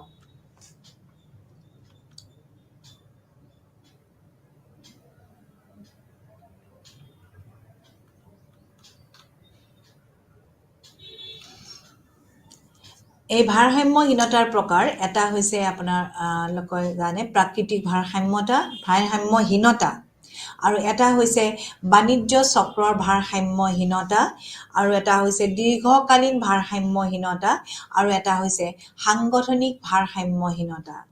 এই প্ৰাকৃতিক ভাৰসাম্যহীনতাটো কি? যেতিয়া কিছুমান প্ৰাকৃতিক দুৰ্যোগ হয় তেতিয়া আমাৰ এইটো আমাৰ ভাৰসাম্যহীনতাৰ সৃষ্টি হয়। আৰু বানপানী, খৰাং বতৰ এইবিলাকৰ কাৰণে আমাৰ কি হয়? ৰপ্তানিৰ পৰিমাণ হ্ৰাস হয় আৰু তেতিয়া আমাৰ এই ভাৰসাম্যহীনতাৰ সৃষ্টি হয়। কেতিয়াবা বাণিজ্য চক্ৰৰ ভাৰসাম্যহীনতাৰ কাৰণেও ইয়াৰ সৃষ্টি হয়। যেতিয়া উত্থানৰ পথত অগ্ৰসৰ হয় এখন দেশ, তেতিয়া জনসাধাৰণৰ উপাৰ্জন বৃদ্ধি হয় আৰু তেতিয়া আমদানিৰ প্ৰতি তেতিয়া ৰপ্তানিৰ পৰিমাণ বৃদ্ধি পায় আৰু তেতিয়াই কি হয়? আমাৰ ভাৰসাম্যহীনতাৰ সৃষ্টি হয়। আৰু কেতিয়াবা বাণিজ্যিক লেনদেনৰ ভাৰসাম্য দেশৰ অনুকূলেও যায়, তেতিয়া এই ক্ষেত্ৰত অনুকূলে যায়। আৰু কেতিয়াবা মন্দাৱস্থাৰ কালছোৱাত কি হয়? আমাৰ উপাৰ্জন কমে, তেতিয়া আমদানি বৃদ্ধি পায় আৰু তেতিয়া দেশখনত আৰু ভাৰসাম্যহীনতাৰ সৃষ্টি হয় আৰু তেতিয়া দেশখনত কেনেকুৱা পৰিৱেশ? প্ৰতিকূল পৰিৱেশ সৃষ্টি হয়। দীৰ্ঘকালীন ভাৰসাম্যতাও আছে, যেতিয়া এখন অৰ্থনীতিয়ে উন্নয়নৰ এটা স্তৰৰ পৰা আন এটা স্তৰলৈ গতি কৰে, তেতিয়া দেশখনত বৈদেশিক বাণিজ্য লেনদেনৰ এক দীৰ্ঘকালীন ভাৰসাম্যহীনতাৰ সৃষ্টি হয়। সাংগঠনিক ভাৰসাম্যহীনতাটোতো আপোনাৰ দেখা পাব দেশ বিদেশৰ যিবিলাক অৰ্থনৈতিক সংগঠনৰ পৰিৱৰ্তনে এখন দেশত আমদানি আৰু ৰপ্তানি চাহিদা যোগানৰ পৰিৱৰ্তন ঘটাই তাত লেনদেনৰ ভাৰসাম্যহীনতাটোৰ সৃষ্টি কৰে। গতিকে এই ভাৰ আৰু এটা ক্ষণিক টেম্পৰেৰীও আছে, এটা মৌলিক ভাৰসাম্যহীনতাও আছে। গতিকে এই বিভিন্ন প্ৰকাৰৰ ভাৰসাম্যহীনতাবিলাক আমি দেখিবলৈ পাওঁ। এতিয়া বৈদেশিক বাণিজ্যৰ যিটো লেনদেনৰ ভাৰসাম্যহীনতাৰ কাৰণবিলাক যদি আমি ফহিয়াই চাওঁ, কিয় হয়, কিয় ৰপ্তানি কমি থাকে, আমদানি বৃদ্ধি পায়, আমদানি হ্ৰাস পালে ৰপ্তানি বৃদ্ধি পায়, ইয়াৰ কাৰণবিলাক যদি আমি আলোচনা কৰোঁ, তেতিয়া আমি ক'ব পাৰোঁ যে এটা হৈছে আপোনাৰ বৈদেশিক যিটো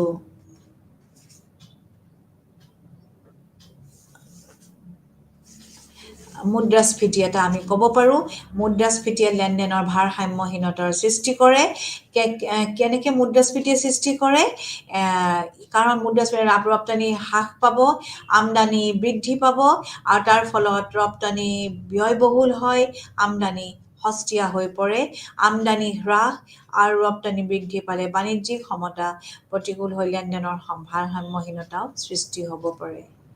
উচ্চ উন্নয়নমূলক ব্যয়, যেতিয়া ব্যয় বেছি হয় চৰকাৰৰ, মেইনলি যেতিয়া আমি দেখা পাওঁ উন্নয়নশীল দেশবিলাকত আমি যে দেখা পাওঁ যন্ত্ৰ পাতি, কেঁচা সামগ্ৰী আদি আমদানি কৰিবলগীয়া হৈছে, ফলস্বৰূপে আমাৰ আমদানি খৰচটো বাঢ়ি যায় আৰু তেতিয়া লেনদেনৰ সমতা প্ৰতিকূল হৈ পৰে। জনসংখ্যা বৃদ্ধিও এটা উল্লেখযোগ্য কাৰণ। অত্যাধিক জনসংখ্যা বৃদ্ধিৰ ফলত দেশ এখনত প্ৰতিকূল পৰিৱেশ দেখা পোৱা যায়, কাৰণ উৎপাদিত যিবিলাক দেশীয় দ্ৰব্য সেৱা সেইসমূহে সৰ্বমুঠ যিটো চাহিদা সেইটো পূৰণ কৰিব নোৱাৰে, আৰু তাৰ ফলতো কি হয়, আমদানি বৃদ্ধি পায়, বেলেগ দেশৰ পৰা আমি লৈ আহিব লগা হয়, আৰু তেতিয়া আমি দেনাটো বৃদ্ধি পাব আৰু তেতিয়া এটা ভাৰসাম্যহীনতাৰ অৱস্থাৰ সৃষ্টি হ'ব। তাৰপিছত আহিব ৰাষ্ট্ৰীয় আয়ৰ পৰিমাণৰ পৰিৱৰ্তন।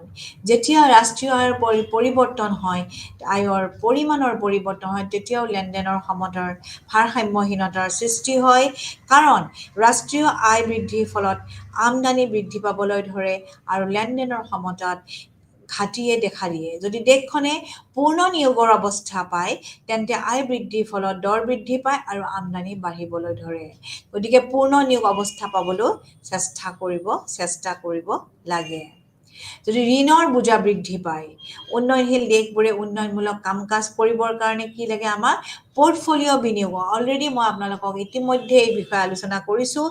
পৰ্টফলিঅ' বিনিয়োগৰ ৰূপত মূলধন আমদানি কৰিবলগীয়া হয়, আৰু ইয়াৰ ফলত ঋণৰ বোজা বৃদ্ধি পায়, আৰু এনেবোৰ দেশে ঋণ পৰিশোধৰ বাবে বৃহৎ মাত্ৰাত উন্নত দেশসমূহলৈ পুঁজি হস্তান্তৰ কৰিবলগীয়া হয়, আৰু ফলস্বৰূপে আমাৰ লেনদেনৰ ভাৰসাম্যহীনতাই এটা প্ৰতিকূল পৰিৱেশৰ সৃষ্টি কৰে।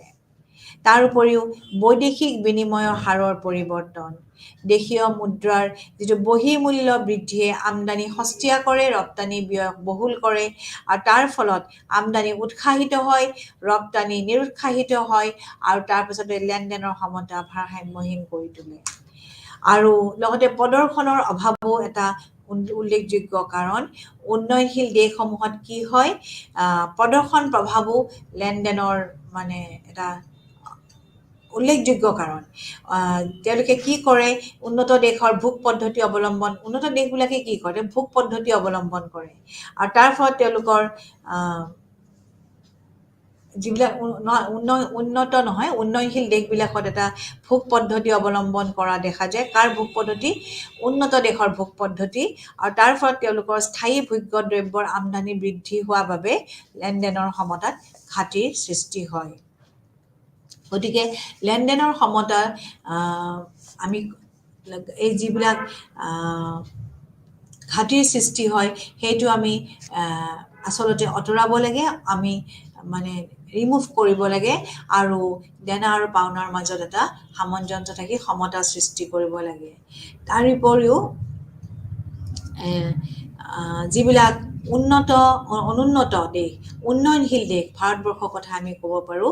এনেবোৰ দেশত উন্নয়নী ব্যয় বৃদ্ধিয়ে জনসাধাৰণৰ উপাৰ্জন বৃদ্ধি কৰে আৰু আমদানিকৃত বিদেশী দ্ৰব্যৰ প্ৰতি বিশেষ মোহ থকা অনুন্নত দেশৰ উপাৰ্জন বৃদ্ধিয়ে আমদানিৰ প্ৰতি চাহিদা বৃদ্ধি কৰা যথেষ্ট ইন্ধন যোগায়।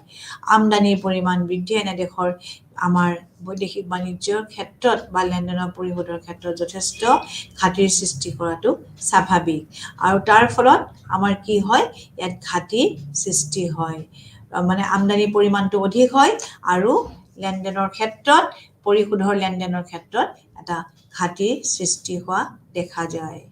তাৰ উপৰিও আন্তঃৰাষ্ট্ৰীয় যিবিলাক ঋণ আৰু বিনিয়োগ ব্যৱস্থা সেইবিলাকেও বৈদেশিক বাণিজ্য ৰাহি আৰু ঘাটিৰ প্ৰধান কাৰণ। যেতিয়া অধিক পৰিমাণে বিদেশৰ পৰা ঋণ গ্ৰহণ কৰে তেতিয়া আমাৰ ইয়াত লেনদেনৰ ভাৰসাম্যতা প্ৰতিকূলে যায় আৰু ঋণ প্ৰদান কৰা দেশখনৰ বাণিজ্যিক লেনদেনৰ ভাৰসাম্যতা ইয়াৰ অনুকূলে যায়। গতিকে উন্নত দেশবোৰে উপযুক্ত পৰিমাণে পুঁজি বিনিয়োগ নকৰাৰ কাৰণেও এনে দেশসমূহে বৈদেশিক বাণিজ্যৰ লেনদেনৰ ক্ষেত্ৰত ঘাটিৰ সন্মুখীন হোৱা দেখা যায়।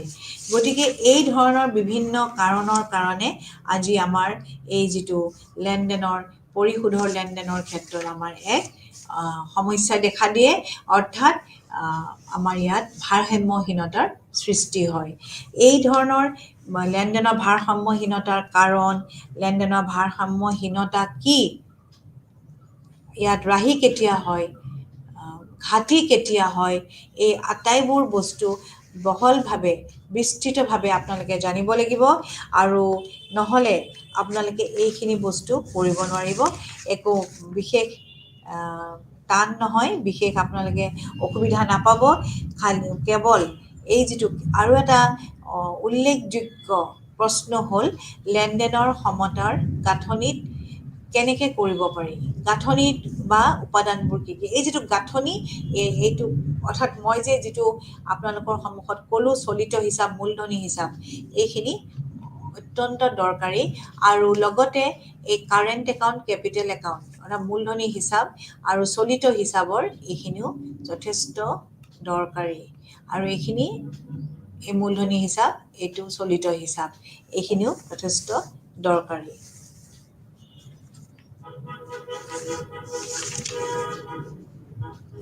এতিয়া এই যিটো মই আপোনালোকক ক'লোঁ যে কেনেকৈ ঘাটিৰ সৃষ্টি হয়, কেনেকৈ ৰাহিৰ সৃষ্টি হয়, এইখিনিতো আমি শুধৰণি কৰিব লাগিব, এইখিনিতো আমি সংশোধনৰ ব্যৱস্থা কৰিব লাগিব।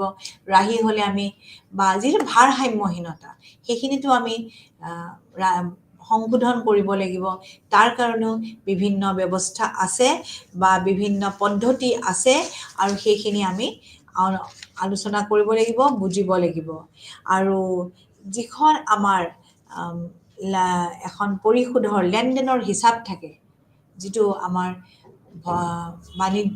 আন্তঃৰাষ্ট্ৰীয় বাণিজ্যৰ যিটো পৰিশোধৰ লেনদেনৰ হিচাপ থাকে, দেনা আৰু পাওনা, বেলেঞ্চ অফ পে'মেণ্ট, পৰিশোধৰ লেনদেনৰ সমতা, ইয়াৰ যিটো দেনা আৰু পাওনাৰ বিষয়ে মই আপোনালোকক বিস্তৃতভাৱে বহলাই ক'লোঁ, সেইখিনি আপোনালোকে ভালকৈ অনুধাৱন কৰিব চেষ্টা কৰিব। পাওনাৰ বিষয়ত কি আহিব, দেনাৰ বিষয়ত কি আহিব, সেইখিনি ভালকৈ স্পষ্টভাৱে খুটি নাটি মাৰি পঢ়িবলৈ চেষ্টা কৰিব।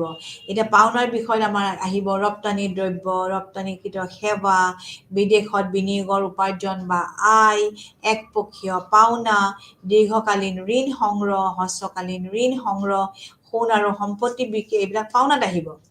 দেনাত কি আহিব, আমদানিকৃত দ্ৰব্য, আমদানিকৃত সেৱা, দেশত বিনিয়োগ কৰা বিদেশী মূলধনৰ উপাৰ্জন, একপক্ষীয় দেনা, দীৰ্ঘকালীন ঋণদান, দেনাতে আহিব ঋণদানটো, হ্ৰস্বকালীন ঋণদান, সোণ আৰু সম্পত্তি ক্ৰয়, সংশোধন আৰু ৰেহাই, এইবিলাক আহিব দেনাত। এইবোৰ যেনেকৈ এখন তালিকা কৰি সেই তালিকাখনত লিখিবলৈ চেষ্টা কৰিব আৰু এই বিষয়বোৰ পৰিৱৰ্তন হ'ব নালাগে।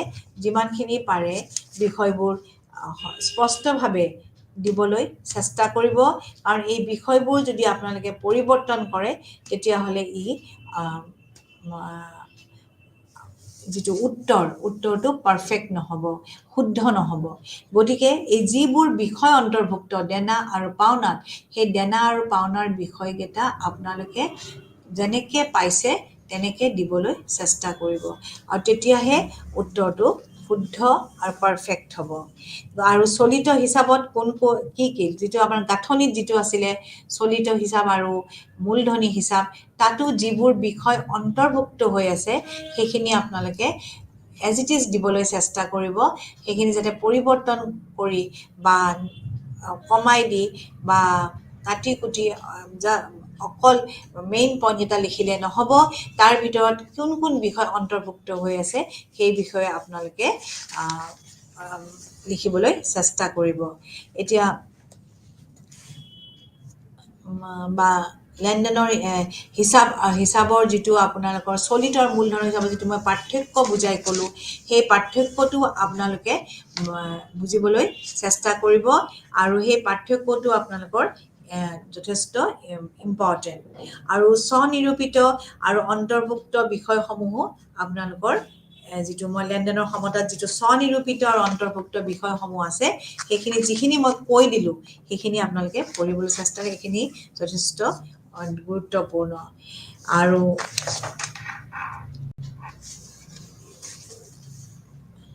লগতে আপোনালোকক বেলেঞ্চ অফ ট্ৰেড, বাণিজ্যৰ ভাৰসাম্যতাও আপোনালোকৰ বহুত দৰকাৰী, আৰু গতিকে এই বিষয়ে আমি পিছত আলোচনা কৰিম। বাণিজ্যিক ভাৰসাম্যতাটো আজি আমি লেনদেনৰ পৰিশোধৰ ভাৰসাম্যতাটো আলোচনা কৰিলোঁ, আৰু ইয়াত যিবোৰ অৰ্থ বা ইয়াৰ যিবোৰ পাৰ্থক্য বা ইয়াৰ যিবোৰ কম্পনেণ্টছ আছে বা যিবিলাক সন্তুলিত পৰিশোধৰ ভাৰসাম্যতা বা অতিৰিক্ত বা ঘাটি বা ৰাহি, এইবিলাকৰ যিবিলাক ডেফিনিশ্যন সংজ্ঞা, সেইবোৰ যথেষ্ট গুৰুত্বপূৰ্ণ। আৰু পৰিশোধৰ লেনদেনৰ ভাৰসাম্যতাৰ সংজ্ঞাটো আপোনালোকৰ পৰীক্ষাৰ বাবে যথেষ্ট গুৰুত্বপূৰ্ণ। গতিকে আপোনালোকৰ যিখন নিজৰ বুক মানে কিতাপ আছে তাতো আপোনালোকে ডিটেইলছত পাব, আৰু বেলেগ ৰেফাৰেঞ্চ বুকো আপোনালোকে লৈ পঢ়িব পাৰে। গতিকে আমাৰ এই লেনদেনৰ পৰিশোধৰ সমতাৰ যিটো চেপ্টাৰ, সেইটোৰ যিটো আমাৰ আন্তঃৰাষ্ট্ৰীয় বাণিজ্যৰ যিটো এটা প্ৰধান বিষয়বস্তু এই পৰিশোধৰ ভাৰসাম্যতাটো, সেইটোৰ অৰ্থ আজি আমি অধ্যয়ন কৰিলোঁ। আৰু এই যিটো ভাৰসাম্যহীনতা সৃষ্টি হয়, ৰাহি আৰু ঘাটি, এইটো আমি নিবাৰণ কৰা বা ইয়াক আমি নাইকিয়া কৰা বা আমি ইয়াক সংশোধন কৰাৰ কাৰণে আমি যিবোৰ ব্যৱস্থা ল'ম, সেই বিষয়ে আমি নেক্সট ক্লাছত অধ্যয়ন কৰিম। আৰু কিন্তু কাৰণসমূহ আপোনালোকে জানিব লাগিব, আৰু যিবোৰ কাৰণ মই আপোনালোকক ক'লোঁ বা আলোচনা কৰিলোঁ আপোনালোকৰ সৈতে, সেই কাৰণসমূহ আপোনালোকে ভালকৈ অনুধাৱন কৰিব চেষ্টা কৰিব। কাৰণ এই কাৰণবোৰ জানিব লাগিব যে কিয় লেনদেনৰ সমতা ভাৰসাম্যহীন হয়। উচ্চ উন্নয়নমূলক ব্যয়, জনসংখ্যা বৃদ্ধি, মুদ্ৰাস্ফীতি, ৰাষ্ট্ৰীয় আয়ৰ পৰিৱৰ্তন, উৎপাদনশীল ব্যয় বৃদ্ধি, এই বৈদেশিক বিনিময় হাৰৰ পৰিৱৰ্তন, এই বিভিন্ন কাৰণৰ কাৰণে আমাৰ পৰিশোধৰ এই লেনদেনৰ সমতাটোত ভাৰসাম্যহীনতাৰ সৃষ্টি হয়। কেতিয়াবা ই ৰাহি অৰ্থাৎ পাওনাটো বেছি হয়, কেতিয়াবা দেনাটো বেছি হয়, দেনা বেছি হ'লে প্ৰতিকূল অৱস্থাৰ সৃষ্টি হয়, পাওনাটো বেছি হ'লে অনুকূল অৱস্থাৰ সৃষ্টি হয়। গতিকে এই ধৰণৰ বস্তুখিনি আপোনালোকে ভালকৈ অনুধাৱন কৰিবলৈ চেষ্টা কৰিব। আৰু আমি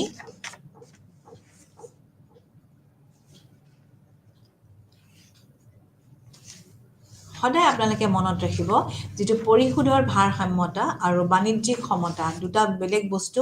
এই বাণিজ্যিক সমতাটোত এটা কথা সদায় মনত ৰাখিব, ইয়াত সদায় দৃশ্যমান দ্ৰব্যৰ আমদানি ৰপ্তানি হয় আৰু পৰিমাণ দেখুৱায়, কিন্তু চলিত হিচাপত দৃশ্যমান, অদৃশ্যমান আৰু একপক্ষীয় হস্তান্তৰ, এই তিনিটা দেখুৱায়।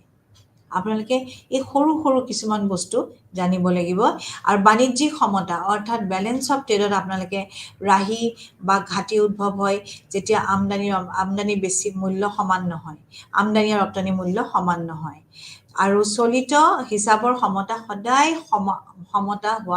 সমান হোৱাটো আৱশ্যকীয় নহয় ইয়াতো ঘাটি বা ৰাহি হ'ব পাৰে আৰু এই হিচাপত ঘাটি হ'ব যেতিয়া আয়তকৈ পৰিশোধ অধিক হয় আৰু ৰাহি হ'ব যেতিয়া আয়তকৈ পৰিশোধতকৈ অধিক হয় অৰ্থাৎ আয়টো বেছি হ'ব পৰিশোধতকৈ তেতিয়া চলিত হিচাপত সমতাৰ ঘাটি বা ৰাহি সৃষ্টি হ'ব আৰু বাণিজ্যিক সমতাটো তেনেকৈ ৰপ্তানি আমদানিতকৈ কম হ'লে ঘাটি হ'ব আৰু আমদানি যদি অধিক হয় ৰপ্তানি অধিক হয় আমদানি কম হয় তেতিয়া ৰাহিৰ সৃষ্টি হ'ব গতিকে বাণিজ্যিক সমতাটো খালি দৃশ্যমান সামগ্ৰী অন্তৰ্ভুক্ত হয় আৰু চলিত হিচাপত দৃশ্যমান অদৃশ্যমান আৰু হস্তান্তৰ তিনিটাই অন্তৰ্ভুক্ত হয় গতিকে আমি পিছৰ ক্লাছত আমি দেখুৱাম যে আমি কেনেকৈ লেনদেনৰ সমতা ভাৰসাম্যহীনতাটো আমি ৰিমুভ কৰিব পাৰোঁ বা সংশোধন কৰিব পাৰোঁ